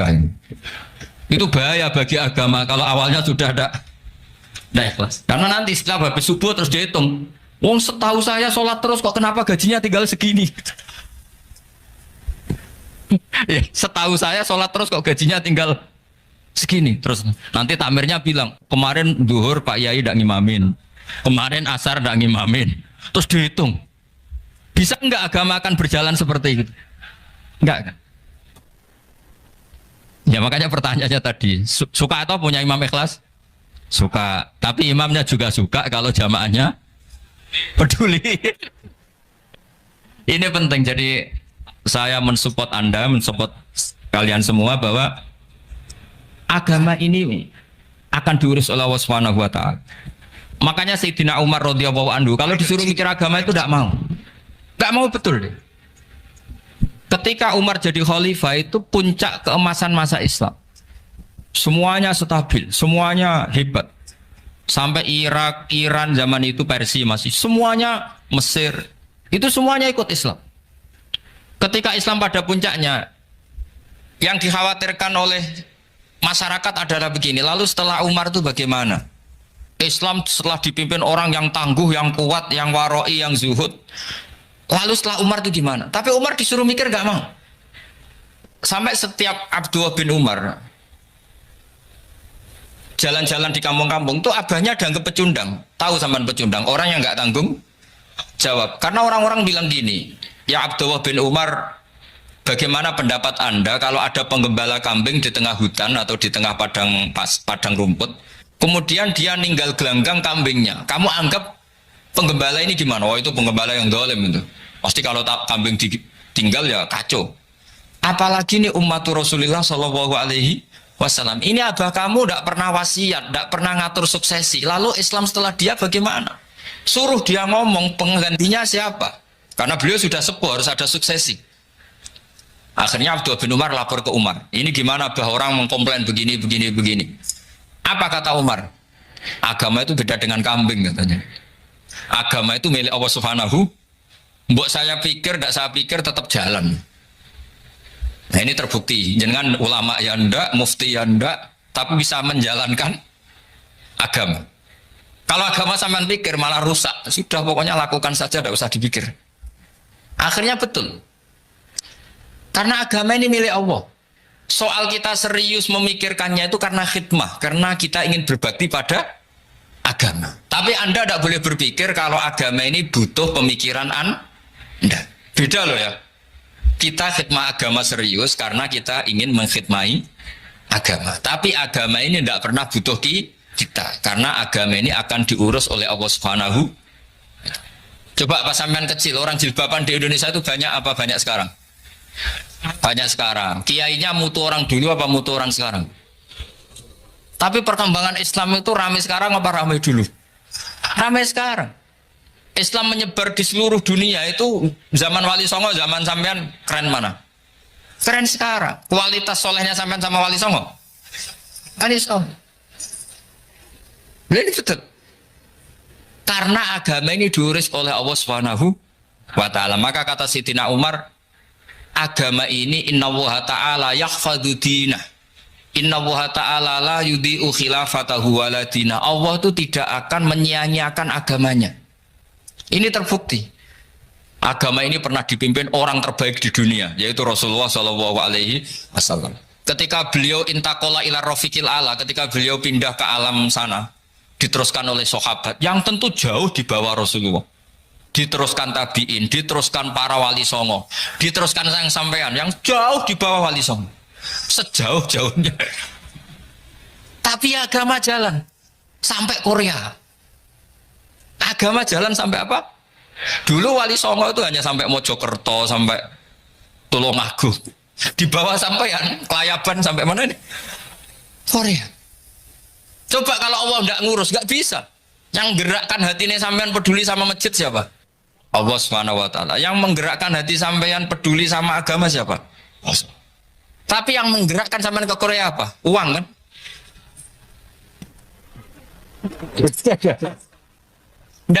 Enggak apa-apa, jujur saja, jujur ya, ada. Santai aja. Ini bagian dari keramatnya jenengan. Niatnya agak bener tapi dibenerin Allah di sini. Dari awal niatnya kan uang gitu. Tapi setelah di Korea dibenerin Allah. Mbok ingat agama guys. Keren kan?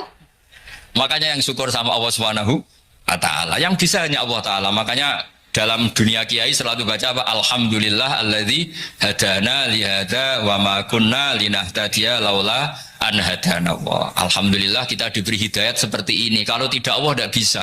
Sudah mata duitan, kadang istri ngomel, mertua tidak percaya. Sudah setengah-setengah broken gini di saya tahu sampai ke Korea itu karena broken pas saking sayangnya keluarga. Potensinya hanya dua. Dibela-belain kerja demi keluarga atau agak broken maka ke sini. Tapi apapun potensi itu tetap baik. Itu takdir sudah, itu takdir tidak usah dibicarakan. Semua itu apa? Karena orang kalau sedang rukun ya tidak mau tukaran, kalau sedang tukaran ya tidak mau rukun. Itu sudah semuanya takdir. Kata bapak saya dulu kalau ada orang mau jualan tanah, Pak Yai tanah saya mau saya jual. Ini gimana padahal ini tanah warisan. Kata bapak, nak waya adol ya adol. Memang ini saatnya jual ya jual saja. Nanti kalau kaya saatnya beli ya beli saja. Karena kalau sudah saatnya jual mau beli ya nggak mungkin kan? Mau memang saatnya jual. Kalau sudah kaya kan nggak mungkin jual tanah. Saatnya beli. Maka semoga masalah di keluarga sampean ini masalah musiman. Maksudnya yang tukarannya ini musiman, yang rukunnya permanen. Jangan tukarannya permanen, rukunnya musiman. Setelah melihat yang lebih cantik, katut babon, nggak tahu saya nggak tahu. Nah ini semoga katut masjid ini bagian dari kafaroh sampean itu. Jadi kafaroh kesalahan-kesalahan di sampean. Ini penting saya utarakan karena agama itu beda. Agama ini diurus oleh Allah Subhanahu. Jadi kita mengerahkan pemikiran itu bukan karena kita akan menyelamatkan agama ini, tidak. Agama ini diselamatkan oleh Allah Subhanahu wa taala. Coba kayak apa Uni Soviet kuatnya itu. Mengkooptasi supaya orang semuanya ateis, semuanya komunis. Itu 100 tahun Uni Soviet begitu. Tapi orang-orang Uzbek, Ceknya, Tajikistan tetap ngajari anak-anaknya tauhid. Itu ada yang cerita itu sampai mengajarkan tauhid itu di bawah tanah, di basement. Tapi Allah menghendaki Rusia itu Uni Soviet jatuh. Ketika jatuh, negara-negara ini langsung menjadi negara Islam, yaitu Uzbek, Tajikistan, Ceknya. Mungkin nggak mereka langsung menjadi negara Islam, andai kan saat menjadi Uni Soviet benar-benar menjadi ateis. Nggak mungkin kan? Karena saat dikooptasi Uni Soviet, akidah mereka tetap tauhid, cuma nggak berani muncul. Artinya apa? Uni Soviet nggak bisa menghabisi Islam. Kurang kerennya Uni Soviet zaman itu, bisa nggak menghabisi Islam? Nggak bisa. Donald Trump dulu termasuk Islamfobia, tapi setelah dia anti-Islam malah orang Amerika demo supaya memperhatikan Islam. Nggak bisa. Makanya Korea pun nggak bisa menghabisi Islam. Kalau sampean menghabisi Islam sendiri bisa, karena terus nggak mau sholat, nggak mau zakat itu sampai. Tapi sampean tahu yang Islamnya habis, Islam tetap baik-baik saja. Makanya ini penting saya utarakan supaya kamu pede bahwa agama ini pernah dibawa orang yang pedagang. Ya soal ada sebagian pendakwah yang ikhlas ya banyak, tapi sejarah yang gampang kita lihat adalah Islam itu dibawa oleh apa? Pedagang Gujarat, pedagang India. Nggak apa-apa sejarah itu meskipun sebagian menentang nggak apa-apa, tapi sejarah itu tetap ada. Pasti sebagiannya memang seperti itu, dan itu tidak masalah. Saya ulang lagi itu tidak masalah. Coba dulu pemain bola kalau di Inggris itu kalau mau sholat susahnya bukan main. Apalagi kalau mau puasa. Kalau di sini kerja puasa katanya mati lu kalau apa? Puasa. Kalau mau sholat katanya dicari mana ini berhalanya kok. Kata orang-orang ateis kan gitu, dicarikan patungnya kali ini sholat kok gak ada patungnya ini gimana ini. Ya ngalamin gitu. Tapi Allah Maha Kuasa. Banyak investor mana itu Dubai atau Qatar yang tertarik investasi di dunia bola. Kayak Sulaiman Al-Fahim makanya beli Manchester City. Itu sekarang pelatihnya negara orang sholat gak berani, bahkan di tengah stadion dibangunkan masjid. Kalau sampean daftar jadi muadzin bisa. Apa nyanyi Sakduna di sana juga bisa. Dulu Aljazair bencinya bukan main. Apa Perancis sama orang Islam itu bencinya bukan main. Barokahnya Zidane pemain bola dan juara dunia, terus Zidane turunan Aljazair. Akhirnya orang Perancis itu mencintai Islam, itu barokahnya sepak bola. Allah punya sekian cara untuk mengenalkan Islam. Di Prancis dikenalkan lewat pemain sepak bola. Nah di Korea ini yang agak unik dikenalkan lewat pecinta wong. Saya jamin ini tidak apa-apa, sudah tidak apa-apa, sudah aman, aman. Jamin aman. Pokoknya alhamdulillahilladzi hadana lihada wa ma kunna linahtadiya laula an hadana. Karena agama ini dibawa oleh Allah Subhanahu wa taala, yang menjaga juga Allah Subhanahu wa taala. Sama tidak usah khawatir. Kalau ada kelompok tertentu yang mengkhawatirkan Islam, sekarang Islam bahaya gini-gini, itu kurang roja, itu kurang optimis itu. Harapannya sama Allah tipis, harus ngaji lagi.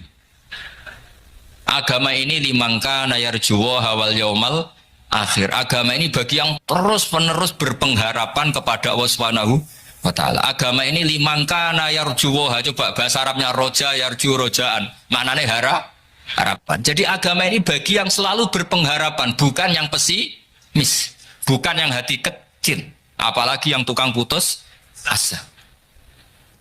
Coba agama ini begitu luar biasa, dibawa orang yang macam-macam. Tadi di Perancis itu dibawa oleh pemain apa? Bola. Ada masjid di Inggris itu ya dibawa mahasiswa-mahasiswa itu yang dulu sebagian yang nggak pernah ngaji, setelah di Inggris bikin komunitas pengajian. Di Korea dibawa tadi pecinta apa? Tapi lama-lama cinta Tuhan. Karena ya memang sebenarnya sudah cinta Tuhan.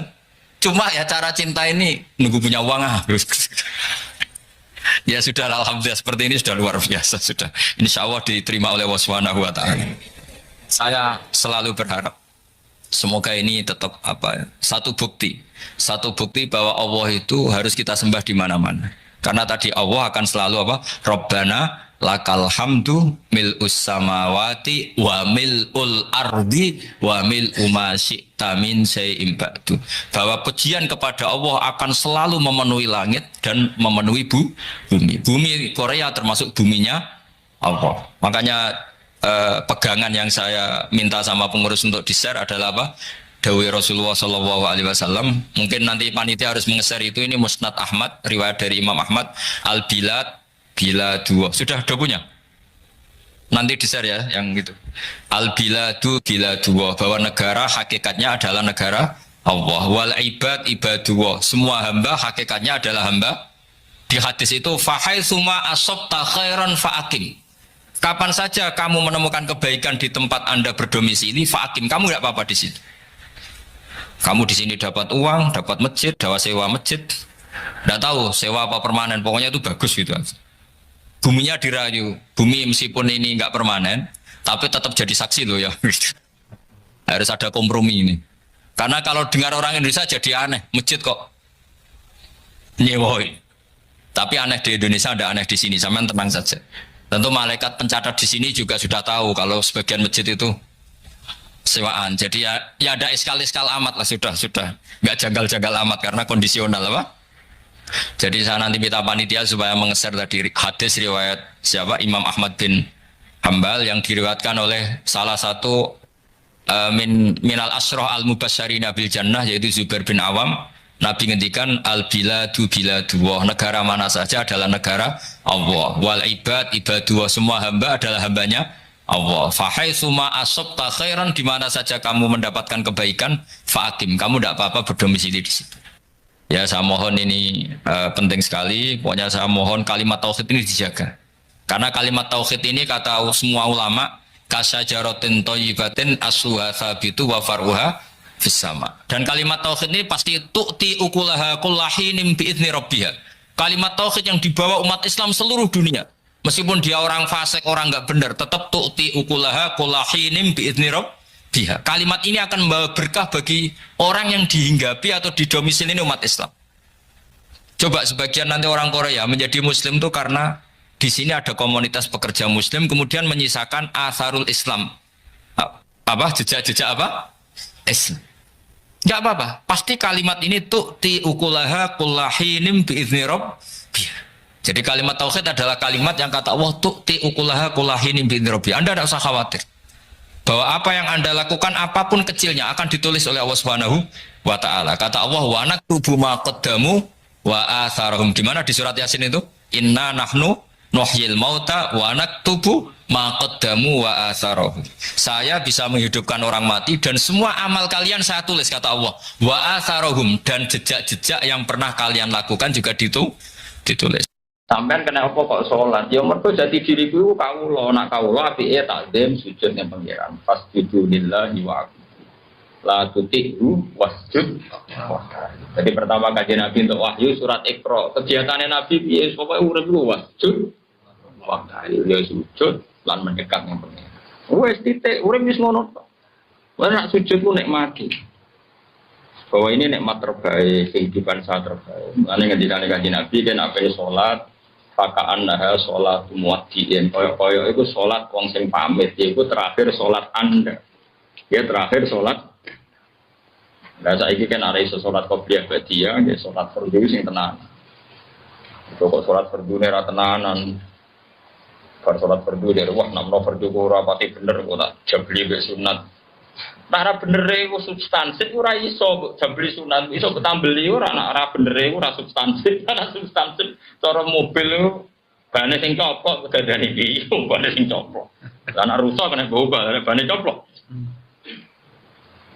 makanya yang benar itu fardu itu dikukuhkan secara benar rukun syaratnya dikukuhkan baru kalau kesalahannya tidak krusial itu bisa ditambal dengan apa?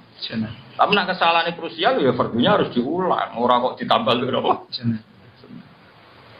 Eling-eling ya tawarai carane jadi wali. Jadi carane jadi wali ku mikir apa paling penting. Mau kena liwat jembatan iso itu paling penting. Hakikate ora kok mergo mobilmu. Mergo jembatane gak rusak. Buktine kira liwat mobil lah mlaku ya iso ngliwati jembatan mergo jembatane ora rusak. Ana mobil lah nak jembatane rusak ra iso. Berarti penting di mobil ke jembatan. Penting jembatan. Tapi wong darani rata-rata muni penting. Ya wa hakada wa. Ketika kita bisa makan, hakikat yang paling penting adalah kita mendapatkan oksigen, mendapatkan kesehatan yang cukup. Baru di antara pentingnya adalah nasi. Tapi seringnya kita bahas yang paling penting nasi. Ya begitu terus. Akhirnya kita ini qolat ma'rifatul billah. Mesti ma'rifah yang pangeran itu sidik. Kowe tidak bahagia karena dihujat orang, itu nunggu sekian kasus baru dihujat orang. Nah, dihujat wong lagi susah, wong kok dimaki-maki wong harus susah. Sebelum orang lain menghujat Anda, hakikat Anda sudah orang yang menderita karena Anda sering menghujat diri sendiri. Gusti, melarat kok ora barbar, di bojo wani, tonggo ora seneng aku, awak opo Gusti. Itu kan berarti Anda menghujat diri sendiri. Jadi yang paling menyengsarakan kita itu siapa? Ya diri kita. Seperti nak melarat, pengen beli mobil, pengen beli kepenak, ya malah tersiksa. Waktu gale wong ra iso terbang, kepengen munggah Mars, malah tersiksa. Ra iso terbang ya wis nek mati ning isor. Alhamdulillah Gusti ra iso terbang. Dadak malah kelayapan tembung di pundi, teng iki mawon pun penak. Wis ngono wae. Malah kepenak kan. Ini penting. Jadi semua kesengsaraan kita ini karena kita berpikir nuruti nafsu. Andai kan kita tidak berpikir nuruti nafsu, maka kita tidak pernah sengsara. Misalnya sampean urip tukaran mbek wong, tanggamu ngrasani kowe nuruti syariat Allah. Alhamdulillah iki dirasani tonggo, itu kula kurang. Wes penak. Bojomu ngamuk. Jare nak Gusti jare jantung nak boten disupport niku marai mati gitu. Alhamdulillah niku wonten penggerak napa jantung. Ngono. Pokoke sing seneng urip sing seneng. Misalnya tekir diutang jare tiang-tiang Gusti rawang ra diutang ora kreatif. Tapi jaga akeh lho. Pokoke ngono kabeh delok positif. Piye-piye dawuh ulama tasawuf niku jeling tenan dawuh ulama. Kabeh ulama tahu sepakat. Kula hafal makalah itu. Nafsuka mati yatuka farfukiha. Piye-piye awakmu wis kadung dadi kendaraan sowan ning pangeran farfukiha. Kowe kudu mbok welasi. Piye-piye wis dadi kendaraan ilawah. Misalnya kula kok sayang rai kula, mergi rai niki sing kula damel sujud Gusti. Tangan kula Gusti, tangan niki sing pas kula sujud tak tekan teng panggonane sujud. Mergi kepen sujud jenengan. Dengkul kula Gusti niki sing kula damel sujud. Termasuk sifat yang buruk sekalipun. Misalnya Anda duwe verji.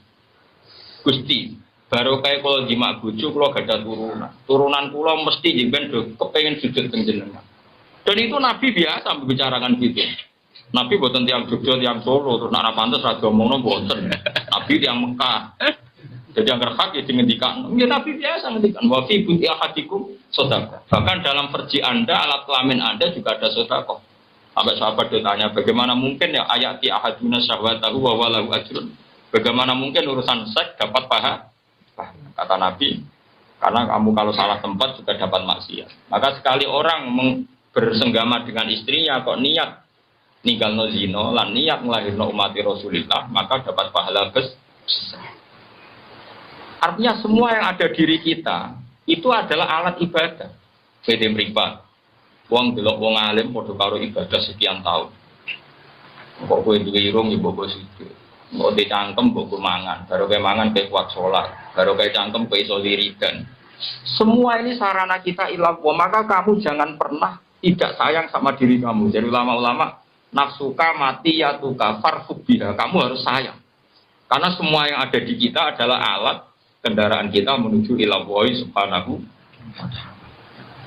Geman ini, aku ditektir orang anak kiai, orang putune Kanjeng Nabi, malah penak.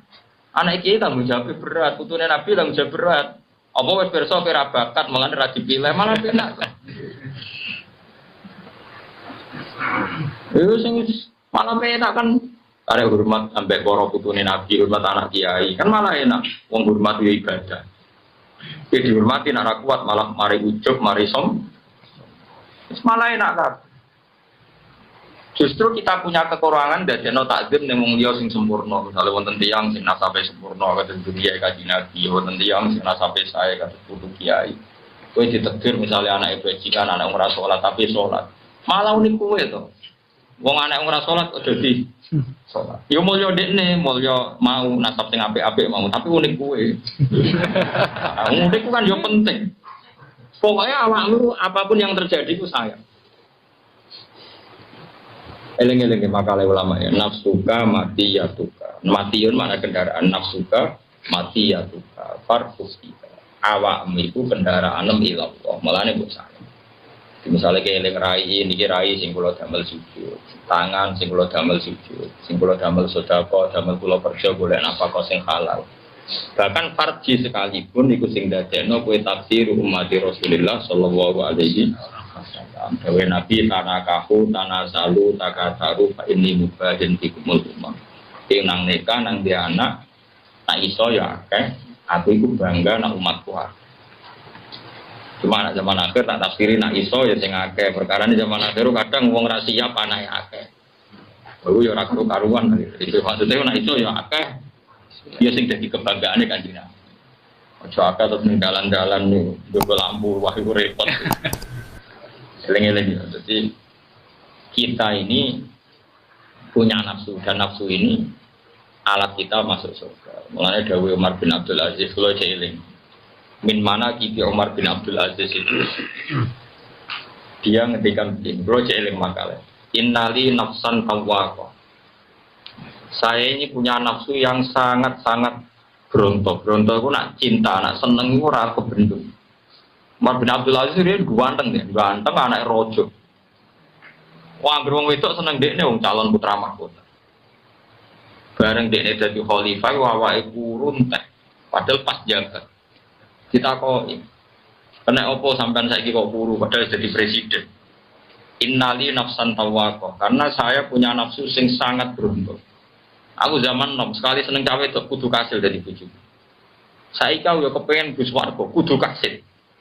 Tidak rino poso nak bunyi tahajud. Aku innali nafsan tawa. Orang kaya aku seneng duit tenanan, bareng seneng tahajud tak beri. Oh, itu gak pria, itu gak ada selera belas. Seneng duit tenanan, seneng tahajud tenanan, bareng seneng pangeran sholat be angop. Kewani angop ngarepe pacar murah wani.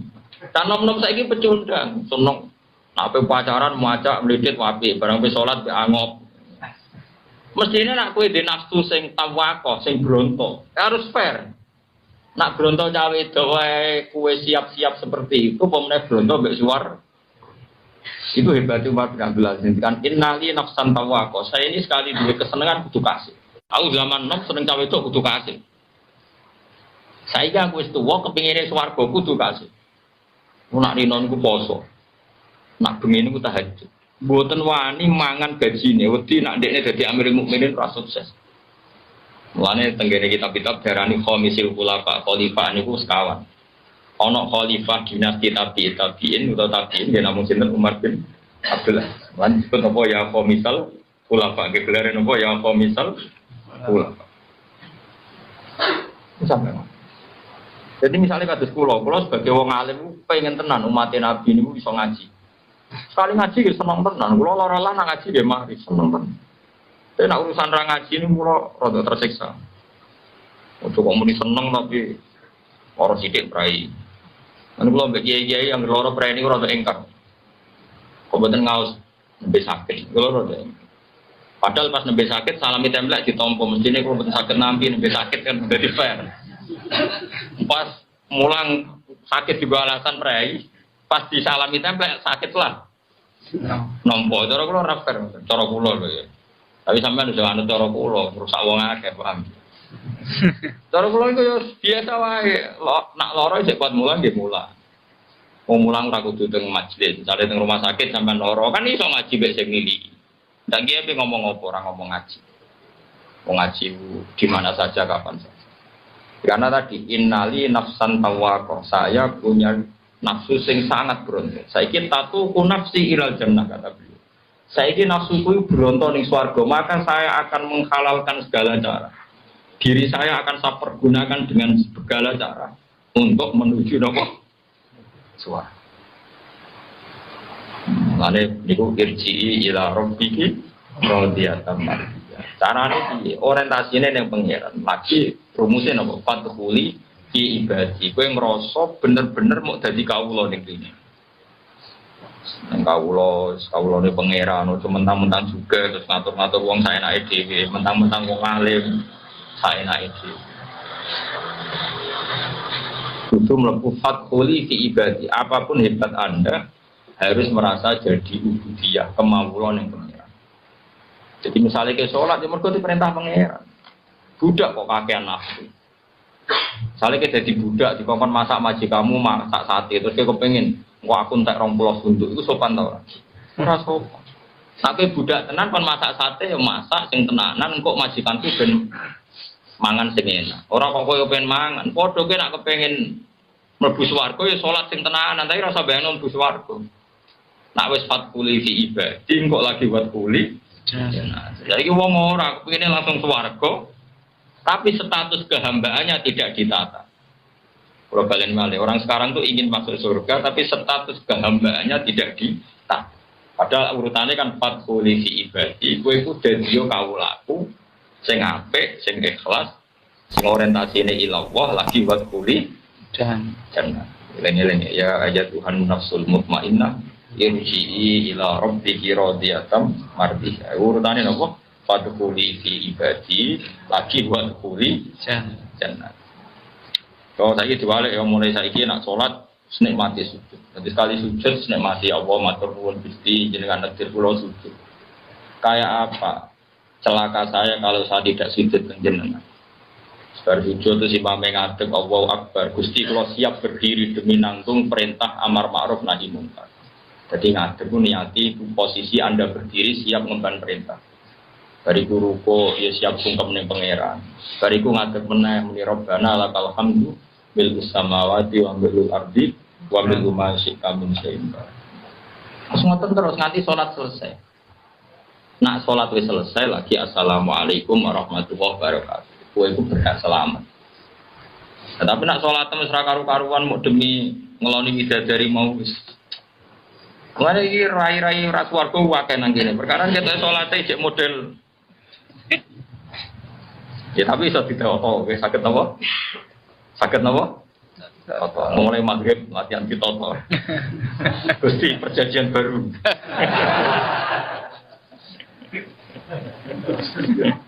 Gawe apa? Jadi orang perjanjian nama deh, Pak. Ini sholat model perjanjian apa?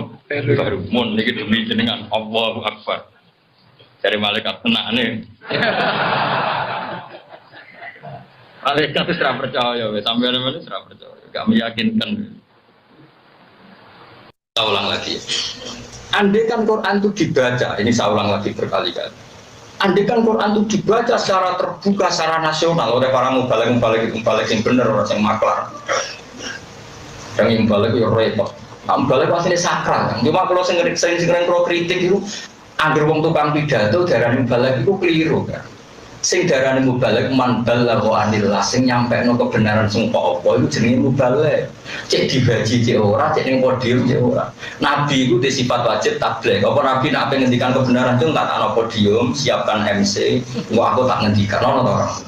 Ya ora ono nabi ketemu Mustofa ya terus ngandani Mustofa, kadang bar salat kepen ngendikan nggih. Ngendikan. Engko nek wong wedok takok wis gembolo ngaji ora ono MC-ne. Ya ora usah podium. Iku mau balik tenan, iku mau balik bener itu. Tapi orang gelem ngomong barang kebenaran, ana sing bayar, ana sing nanggap, lagi gelem. Lah ngono tenan ya masalah. Tapi muga ora lah kadang-kadang tok. Andene ngono iku kadang-kadang tapi tenanane ngono ngisore panggung. Nah ngono tak dumano donya akhirat. Nek ambek wong dhewean ngomong ra tenanan bareng panggung kok tenanan salamat. Ya lama berarti dia ngomong kebenaran tenanan nak dibayar, nah orang dibayar, orang tenanan. Berarti orang krono pengenyar itu dikritik. Tapi kan rasa ngeritik biar kelas kualas. Jangan kok kerja aku bedo, aku rapoe kok. Senangan madana barang rapodo. Wah aku nak ngeritik, ngono-ngono itu kan cuma melo. Ini permainan sesama kiai. Lu masih Imam Ghazali Ihya itu kitabnya dimulai kitab ulama sul. Memang sama Ihya muji kiai tok. Ihya itu di antara dibuka ngarang kitab apa? Bab ulama sul. Semua Imam Ghazali namanya Ihya itu dibakar bolak-balik. Ihya itu pertama terbit dibakar oleh Imam Rabi. Perkaranya dikawiti oleh ulama. Semua boleh ilmu rai pas sul. Untuk duit sul. Kiai kok ngongkonan santri sul. Berarti santri kok budak diatur ngalor ngidul sesuai hadun nafsi su. Wah iki kabeh mangan opo ya. Ora dia opo bisa kiai ku sing hasud wali. Kiai dhisik sing hasud wae wali. Buang opo pipis rege terbit kok kula.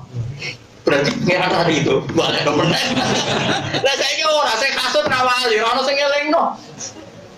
Dhisik ku lha nganti dielingno Kanjeng Nabi ra wali lho. Qadiriyah itu ora seneng Imam Ghazali. Padha ulama ora seneng blas dene jenenge Imam Ghazali. Tapi padha wali ini. Ngimpi ketemu Kanjeng Nabi. Ngimpi. Ini lho Kanjeng Nabi sing boten seneng kitab kula. Terus cewek Kanjeng Nabi dawuh, "Hati ali aja ali teluk." Berkali diceluk, "Cek aku wacana iki. Salah ning ndi kok nganti ora oleh wong iki diwaca." Bareng diwaca salah iki. Akhire kok dia tangi turu terus pengumuman saya besok ngorek ya loh.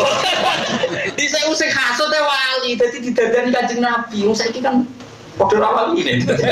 Akhirnya sing iki wae ngomong ngalor ngidul ora ono sing negur. Lah apa Nabi negur kowe kenal e ora? Bisa iku tak cerita bisa iku ora ono ulama terkenal kecuali disahno Rasulullah sallallahu alaihi wasallam. Saiki ora disahno MUI cukup.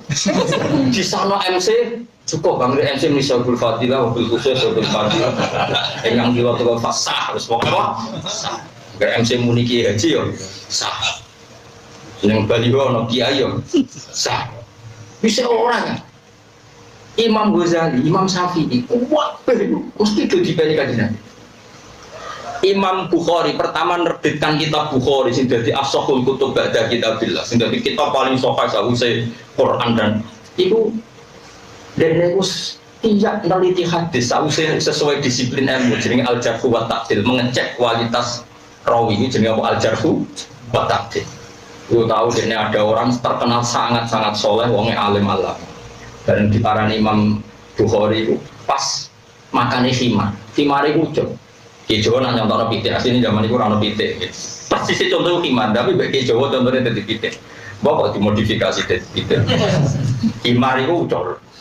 Terus dia gawa tibnan itu apa dedek dedak ya ditakok ning gone tangane lah khimar itu seneng ya parah bareng marek ape mangan terus dicekel ngono jan mabuk itu semula 5 dalam takhudul hadis ini kaya ora sida ngaji hadis aku jenengan bodoni khimar kriminal dari Imam Bukhari jadi dari Imam Bukhari kok orang belajar terjadi ke Jawa contoh kur pitik bareng marek kok cek ini dari Imam Bukhari gak sih kopi mereka tahu bodoh ini kita mereka tahu bodoh ini wong bodoh ya bodoh ini memang liya Mbok bodoni ra wong liya tok bojomu ya korban kabeh.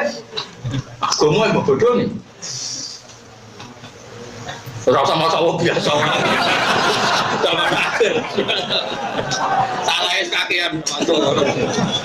Wes ta ora usah tobat ya kangelan. Kok mau arep-arep rahmate Allah. Wes tobatmu ora cukup. Salahmu ora cukup. Sing cukup namung rahmate Allah.